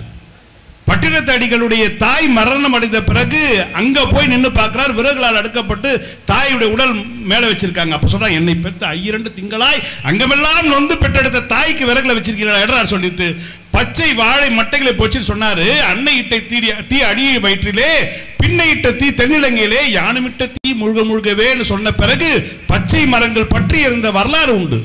நீங்க ஒரு பாட்டு சொல்ல முடியுமா? யார் என்ன நினைச்சிட்டாங்கன்னா, நம்ம லாஸ்ட் பேச்சால நினைச்சிட்டாங்க, யாரும் வரமாட்டாங்க. நான் இருக்கேன், உயிரோடவே இருக்கேன், நான் வருவேன். அப்புறம் இன்னைக்கு ஒரு பாட்டு ஒன்று ரீசெண்டா பார்த்தேன். ஆலுமா டோலுமா ஐசா லக்கடி மாலுமா பேச்சு கலீச்சினா கிராக்கி விட்டா சாலுமா. இந்த பாடலை எந்த இலக்கணம் எந்த இலக்கியத்தை பின்பற்றி எழுதிய பாடல் என்று நாளை அவருடைய பள்ளிக்கூட மாணவர்களுக்கு சொல்லி இந்த முழாண்டு தேர்விலே மாணவர்களை குசிப்படுத்தி அவங்க சொல்றாங்க, இப்படி எழுதலாம. நான் கேட்கிறேன், நாளைக்கு இந்த பாட்டை அப்படியே எழுதுறான்னு வச்சுங்க, நீங்க மார்க் போடுவீங்களா? நீங்க தேவையில்லாம தேர்வு நேரத்தில் தப்பா நீங்க கைட் பண்றீங்க. நான் சொல்றேன் தமிழக அரசுக்கு, தயவு செய்து அம்மாவோட இன்கிரிமெண்ட்டை கட் பண்ணுங்க சார். இலக்கியம் நான் ஒன்றை சொல்லி நிறைவு செய்கின்ற நண்பர்களே, இதே மண்ணில் உங்க மண்ணில் படித்த ஒரு எழுத்தாளர், நம்ம எல்லாருக்கும் தெரிஞ்ச கதை பாட்டி வடசுட்ட கதை. பாட்டி வடசுட்ட கதையை காலகாலமாக நம்ம என்ன சொல்றோம்? ஒரு ஒரு பாட்டி வடை சொல்லிருந்தாங்க. காக்கா வந்து வடையை தூக்கிட்டா போச்சு, திருடிட்டு போச்சு. நரி வந்து பாட்டு பாட சொல்லுது, கீழே வந்தோன்னா அது ஏமாத்திட்டு போச்சு. நம்ம சொல்ல தூக்கிட்டு ஓடிடுச்சு. இல்ல, இந்த எழுத்தாளர் உங்க மண்ணில் பிறந்த ஒரு எழுத்தாளர் எழுதுகிறார். அந்த காக்கா மேல போய் உட்காருது, பாட சொல்லுது, கீழே விழுது, நரி திருடி கொண்டு ஓடுகின்ற பொழுது அந்த எழுத்தாளர் எழுதுகிறான், திருடப்பட்ட பொருள் திருடப்படும் நண்பர்களே எழுதுறான். அடுத்தது முடிக்கல அந்த கதையை. மறுநாள் காக்கா வருது, அதே மாதிரி திருடுது. அடுத்த நாள் வந்து நரி வந்து சொல்லுது, பாட சொல்லுது, காக்கா வடைய காலில் வச்சுட்டு காக்கான்னு பாடுது. அந்த எழுத்தாளர் சொல்கிறார், ஒரு தடவை ஏமாந்தவன் சும்மா ஏமாற மாட்டான். உடனே நரி கோபம் வந்து, திருடி பிழைக்கிற அசிங்கமா இல்லை அப்படின்னு. அந்த காக்கா கேட்டு, ஏன்ட்ட ஏமாத்தி பிழைக்கிறேன், உனக்கு அசிங்கமா இல்லை அப்படின்னு. ஏன்னா அந்த எழுத்தாளர் சொல்லுகிறார், ஒருத்தங்க அறிவுரை சொல்வதற்கு முன்னால் உன்னுடைய தகுதி என்னவென்று நீ யோசித்து பார் என்று சொல்ற. உடனே 2 பேரும் காம்ப்ரமைஸ் ஆகிறாங்க. சி, கேவலமான பழப்பு. என்னத்துக்கு அந்த பாட்டி எப்போ பார்த்தாலும் அழுதுக்குனே வடை சொல்லுது. இல்லைடா, அது ஈரமான சொல்லியில் இது பண்ணுது, காஞ்சி சொல்லிங்க கிடைக்கும், மரத்தில் உச்சியில் கிடைக்கும், நான் உடச்சி போடுறேன், நாம் 2 பேரும் சமுதிரம் போய் பாட்டிகிட்ட கொடுக்கலாம். காக்கா உடச்சி போடுது, மர சொல்லியை எடுத்துகிட்டு நரி கொண்டு போய் கொடுத்த உடனே பாட்டிகிட்ட மன்னிப்பு கேட்குது. பாட்டி, சாரி, நாங்கள் திருடுங்க, தப்பு உணர்ந்துட்டோம் அப்படின்னா. சரி, அதெல்லாம் ஒன்றும் இல்லை, குழந்தைங்க மாதிரி இருந்தாங்க. இந்த பாட்டி 2 வடையை கொடுத்த உடனே இதுக்கு 2 பேசிட்டு வர மாதிரி அதை காட்சி வைக்கிறாங்க. என்னடா இவ்வளோ நாள் சாப்பிட்ட வடையை விட நீ நல்லா இருக்கு. அந்த எழுத்தாளர் எழுதுகிறார், உழைச்சி சாப்பிட்டா எல்லாமே தான் நல்லா இருக்கும். நான் ஒன்றை கேட்டு நிறைவு செய்கிறேன் நண்பர்களே. நம்ம சொன்னாங்க எல்லாமே மார்க்கெட்டிங், எல்லாமே மார்க்கெட்டிங், பணத்துக்காகத்தான் நான் கேட்கின்றேன். மார்க்கெட்டிங்ல தான் விஷமும் விற்கிறான், வாங்கி கொடுப்பீங்களா? மார்க்கெட்டிங் தானே சார். புக்கும் விற்கிறாங்க, பூச்சி மருந்து விற்கிறான். மார்க்கெட்டிங் தான் அவனும் பண்றான். எங்களுடைய பூச்சி மருந்தை தெளிச்சிக்கலாம், நல்லா இருக்கலாம். பூச்சியெல்லாம் செத்துரும், வயிற்றுக்குள்ள பூச்சி நிறைய இருக்குது. ஆளுக்கு ஒரு பால்டெல்லாம் ஒரு அவுன்ஸ் குடிக்கலாமா?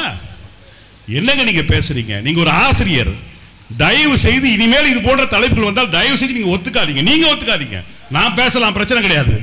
நீங்க சப்போர்ட் பண்ணக்கூடாது. ஏனென்று சொன்னால் இந்த சமூகத்தை வழிநடத்தக்கூடிய பொறுப்பு உங்களை போன்ற ஆசிரியரிடம் இருக்கிறது. ஏனென்று சொன்னால் ஒரு ஆசிரியர் தவறு செய்தால் ஒரு தலைமுறையே விழுந்து விடும் என்ற காரணத்துக்காக தயவு செய்து இனிமேல் இது போன்ற தலைப்புகள் நீங்கள் வர வேண்டாம் என்று கூறி, திரைப்படங்கள் ஒரு கால விளக்கியம் ஆகாது என்று கூறி நிறைவு செய்கின்றேன். நன்றி, வணக்கம். கடைசி ஆசிரியர்களுக்கு சாபம் விட்டாரு. நானும் ஆசிரியர் தான், 33 வருஷம். இப்ப பதவியில் இல்லை.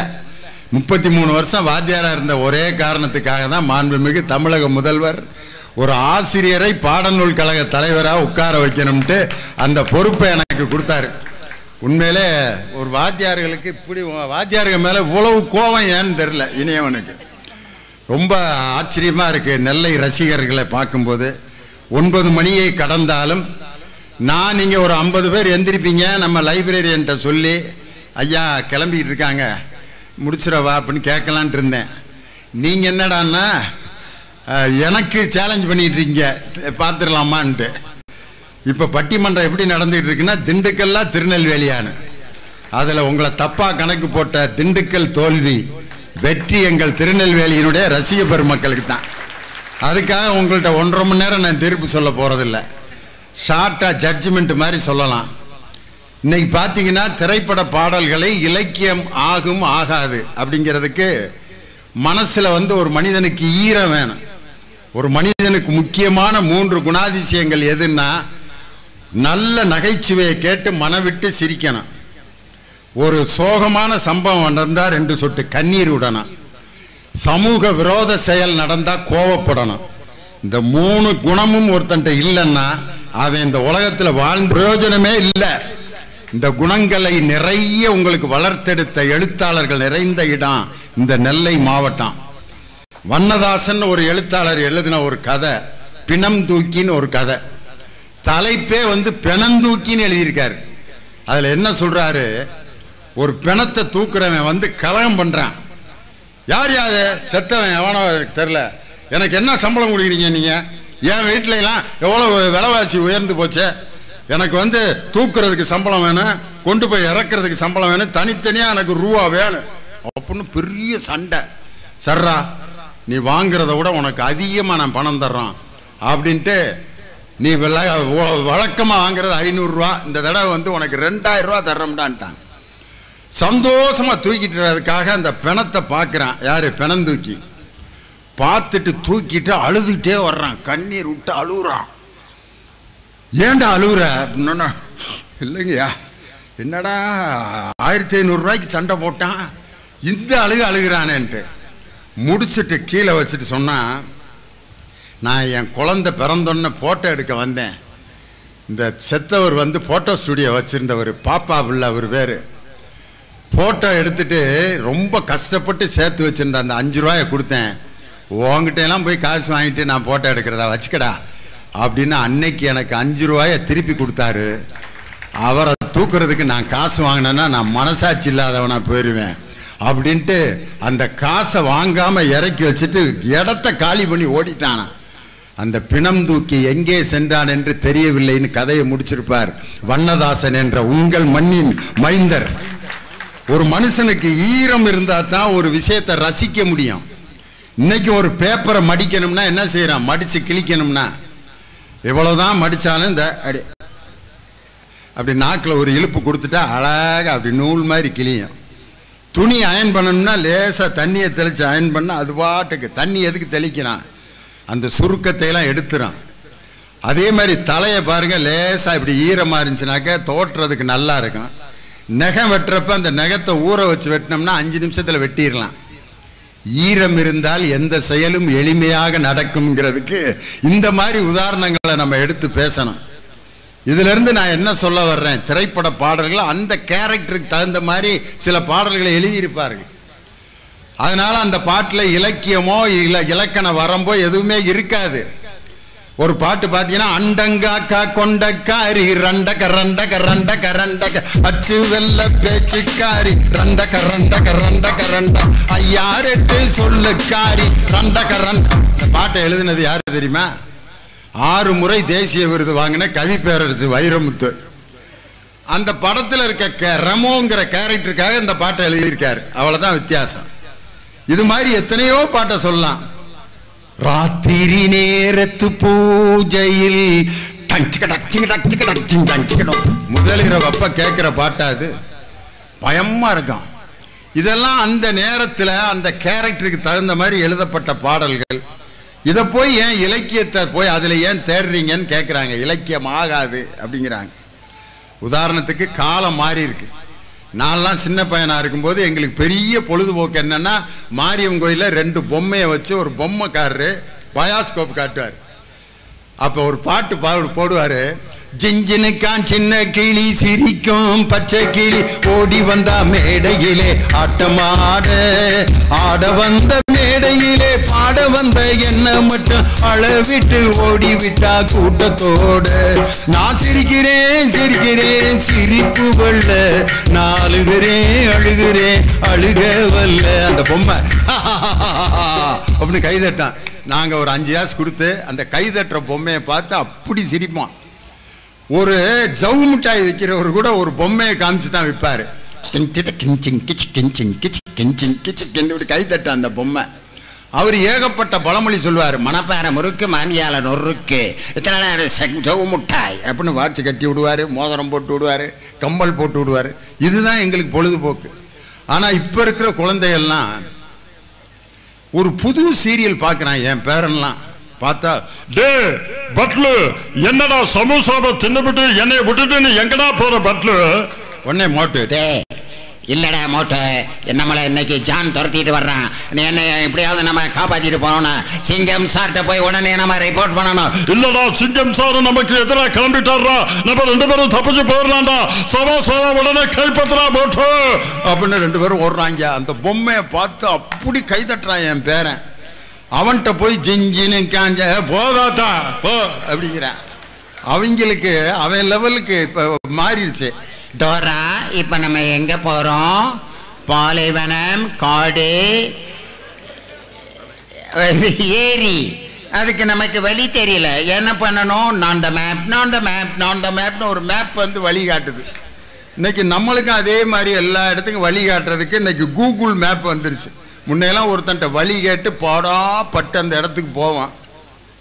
இப்படி தான் கூகுள் போட்டு ஒரு கல்யாணத்துக்கு போய் நான் தான் தாலி எடுத்து கொடுக்கணும் அந்த கல்யாண மண்டபத்தில். கூகுள் மாற்றி காமிச்சிருச்சு.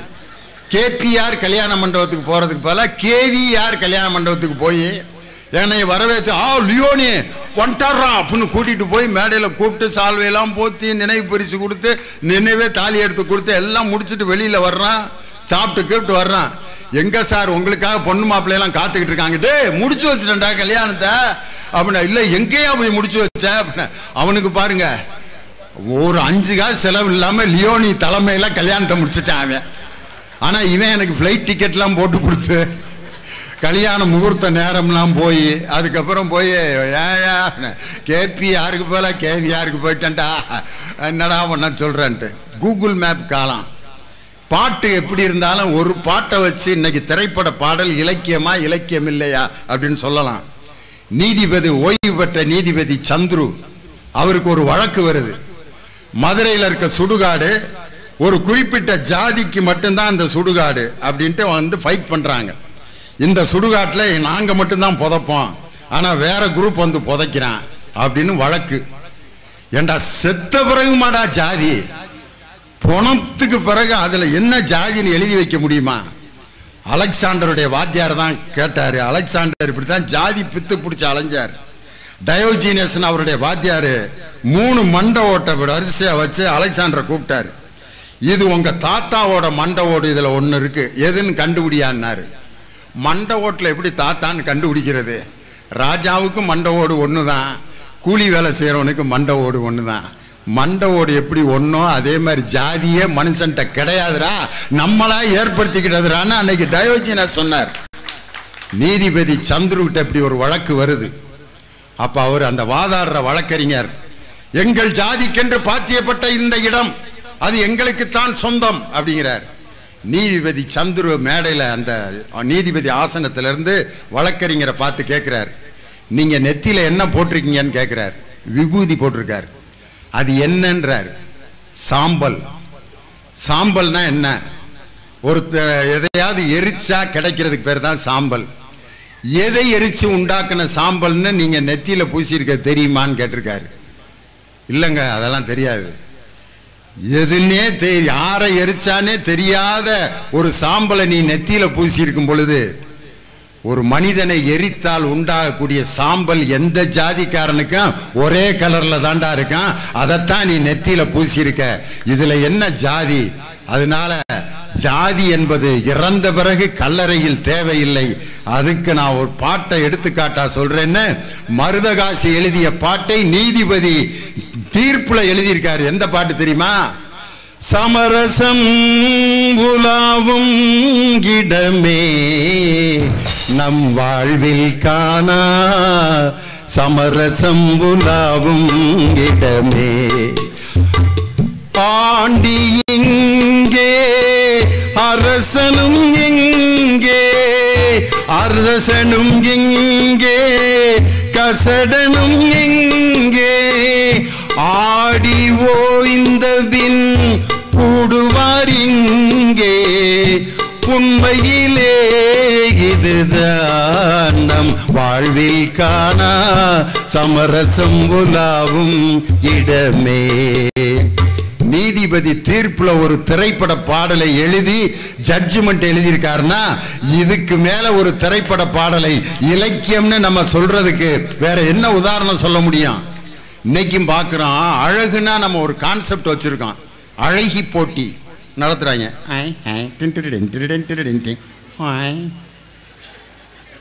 பியூட்டி ஆஃப் திருநெல்வேலி அப்படின்னு ஒரு பிள்ளைக்கு கிரீடத்தை வச்சு போடுறான். நான் ஒரு கல்யாணத்துக்கு போயிருந்தேன். போஸ்டர், பெரிய போஸ்டர், மாப்பிள்ளை அவ்வளவு அழகா இருக்கான். பொண்ணு பார்த்தீங்கன்னா கண்ணாடி போட்டு கண்ணங்கரேர்னு இந்த சோடா புட்டி போட்டு ஒரு மாதிரி கோழி சோடா கதாநாயகி மாதிரி இருக்கு. என்னடா இப்படி கப்புள்? கேட்டா 15 வருஷம் லவ் பண்ணானா அந்த பொண்ணை. அவ்வளவு அழகான மாப்பிள்ளை, இந்த பொண்ணை இப்படி லவ் பண்ணான்ட்டு அவன்கிட்ட மாப்பிள்ளைகிட்டே கேட்டுட்டேன், எப்புட்றா டேய் எப்புட்றா? அதுக்கு அவன் சொன்ன, உங்களுக்கு அவ அழகா இருக்கணும்னு அவசியம் இல்லை சார், எனக்கு அவ எப்படி அழகா இருக்கான்னு எனக்கு தெரியும். அவ எனக்கு அழகா இருக்கா, உங்களுக்கு அழகா இருக்கணும்னு அவசியம் இல்லைன்னா பார். டேய் எவ்வளவோ 35 வருஷம் பட்டிமன்றம் பேசின லியோனிக்கு ஒரு வரியில வாழ்க்கையினுடைய தத்துவத்தையே கண்டுபிடிச்சு கொடுத்துட்டேடா அப்படின்னு. எனக்கு அவ அழகா இருக்கா, உங்களுக்கு அவ அழகா இருக்கணும், அவள்கிட்ட எது அழகுன்னு எனக்கு தெரியும் சார்னார் அப்படின்னு சொன்னா அந்த பையன். வைரமுத்து எழுதியிருக்கார் ஒரு பாட்டு, என்ன அழகான பாட்டு பாருங்க. எந்த பெண்ணிலும் இல்லாத ஒன்று, அது ஏதோ உன்னிடம் இருக்கிறது, அதை அறியாமல் விடமாட்டேன், அதுவரை உன்னை தொடமாட்டேன். எந்த பெண்ணிலும் இல்லாத ஒன்று, நெற்றி பரப்பில் கூந்தல் முடிகள் உலவுகின்றதே அதுவா, உலவுகின்றதே அதுவா, முல்லை நிறத்து பற்களில் ஒன்று தள்ளி உள்ளதே அதுவா, தள்ளி உள்ளதே அதுவா, ஒவ்வொரு வார்த்தை தவறாய் போனால் உதடு கடிப்பாய், அதுவா அதுவா அதுவா. பல்லு ஒன்று தள்ளி இருக்குன்னா எத்து பல்லு, அந்த எத்து பல்லு அவனுக்கு அழகா தெரியுது. அவனுக்கு சில பெண்களுக்கு பார்த்தீங்கன்னா ஒரு பல்லு மட்டும் அப்படி ஓரமாக இருக்கும், அதை ரசிப்பான். அங்கே சிரிக்கிறப்ப அப்படி ஒரு சிங்கப்பல்லு இருக்கு பார் அப்படின்ட்டு. முல்லை நிறத்து பற்களில் ஒன்று தள்ளி உள்ளதே அதுவா, முகத்தின் மேலே முடிகள் எல்லாம் உலவுகின்றதே அதுவா, பரட்ட தலை, அது அவனுக்கு பிடிச்சிருக்கு. ஒவ்வொரு வார்த்தை தவறாய் போனால் உதடு கடிப்பாய், ஒவ்வொரு வார்த்தை தப்பு அப்படி கடிச்சு கடிச்சுட்டு பேசுது. இல்லைங்க மாமா காப்பி போட்டு தட்டா, இல்லை மாமா, அப்புறம் இல்லை மாமா, போலாமா மாமா, புத்தக திருவிழாக்கள் லியோனி பட்டிமன்றம் போலாமா, அது அவனுக்கு பிடிச்சிருக்கு. ஒவ்வொரு வார்த்தை தவறாய் போனால் உதடு கடிப்பாய். ஒவ்வொரு பெண்ணிடமும் ஒரு சிறப்பானதை ஒரு மனிதன் ரசிக்கிறான். அழகுங்கிறது நம்ம மனசு தானே ஒழிய உடல் என்பது அழகு அல்ல. இதை உலகத்துக்கு சொன்னவன் தமிழை மட்டும்தான். அன்னைக்கு தமிழனுடைய நிறம் பார்த்தீங்கன்னா கருப்பு, அந்த கருப்பு நிறம் உழைப்பின் நிறம். அந்த நிறம் கருப்பாக இருந்தாலும் சிவப்பாக இருந்தாலும் என் மனதுக்கு நீ உரிமை உள்ளவளாக அழகுள்ளவளாக இருந்தால் போதும் அப்படின்னு ஒரு திரைப்பட பாடல் இலக்கியம் ஆகுமா ஆகாதாங்கிறதுக்கு ஒரு வரியில சொல்லிடலாம். ஒரு நீதிபதிக்கே தீர்ப்பு எழுதுவதற்கு உதவி செய்திருக்கு என்றால் இலக்கை நிர்ணயம் செய்து வாழ்க்கைக்கு வழிகாட்டியது திரைப்பட பாடல். ஒரு மனைவியிடம் எப்படி வாழ வேண்டும் என்று கற்றுக் கொடுக்கக்கூடிய இல்லற வாழ்க்கையை, தத்துவத்தை கவிப்பேரரசு வைரமுத்து போன்ற கவிஞர்கள் எழுதிய பாடல்கள். நல்ல பாடல்களை தேர்வு செய்து ரசித்தால் திரைப்பட பாடல்கள் இலக்கியமாகும். காரணம், இந்த புத்தக திருவிழாவில் நான் பார்த்தேன், திரைப்பட பாடல்களை பற்றிய திறனாய்வு நூல்கள் எக்கச்சக்கமாக விற்பனையாகி கொண்டிருக்கின்றன. இன்று தமிழ் துறையில் ஆய்வு கட்டுரைகளை எழுதி கொண்டிருக்கக்கூடிய மாணவர்கள் அதிக ஆய்வு கட்டுரைகள் எழுதுவதே பாடல்களை மையமாக வைத்துத்தான் என்று சொல்லி திரைப்பட பாடல்கள் இலக்கியமாகும். அதை ரசித்து கேட்டு வாழ்க்கையில் பயன்பெறுவோம் என்று சொல்லி எங்களை வியக்க வைத்த நெல்லை நகரத்தின் ரசிக பெருமக்கள் அனைவருக்கும் என் வாழ்த்துக்களை சொல்லி, புத்தக திருவிழா வாழ்த்துக்களை சொல்லி உங்களிடமிருந்து விடைபெறுகிறேன். நான் எழுதிய ஒரு புத்தகம் வளர்ந்த கதை சொல்லவா என்ற ஒரு புத்தகம். என்னுடைய வாழ்க்கையில் நடந்த சம்பவங்களை தொகுத்து எழுதியிருக்கிறேன். மாண்புமிகு தமிழக முதல்வர் அவர்கள் வெளியிடப்பட்ட புத்தகம். அது இங்கே கிடைக்கும். தேவையானவர்கள் அதை வாங்கி படிக்கும்படி அன்போடு கேட்டு விடைபெறுகிறேன். வணக்கம். மிகச் சிறப்பாக நடைபெற்ற இந்த பட்டிமன்றத்தை நடத்தி தந்த திண்டுக்கல் லியோனி ஐயா அவர்களுக்கும் அவருடைய அணியினருக்கும் நன்றி நன்றி என்ற நன்றியை ஒற்றை வார்த்தையாக சொல்லி நிகழ்ச்சியை நிறைவு செய்கிறோம். இது போன்ற நிகழ்ச்சிகளை உங்களுக்கு தொடர்ந்து வழங்க எங்கள் சேனலை சப்ஸ்கிரைப் பண்ணுங்க.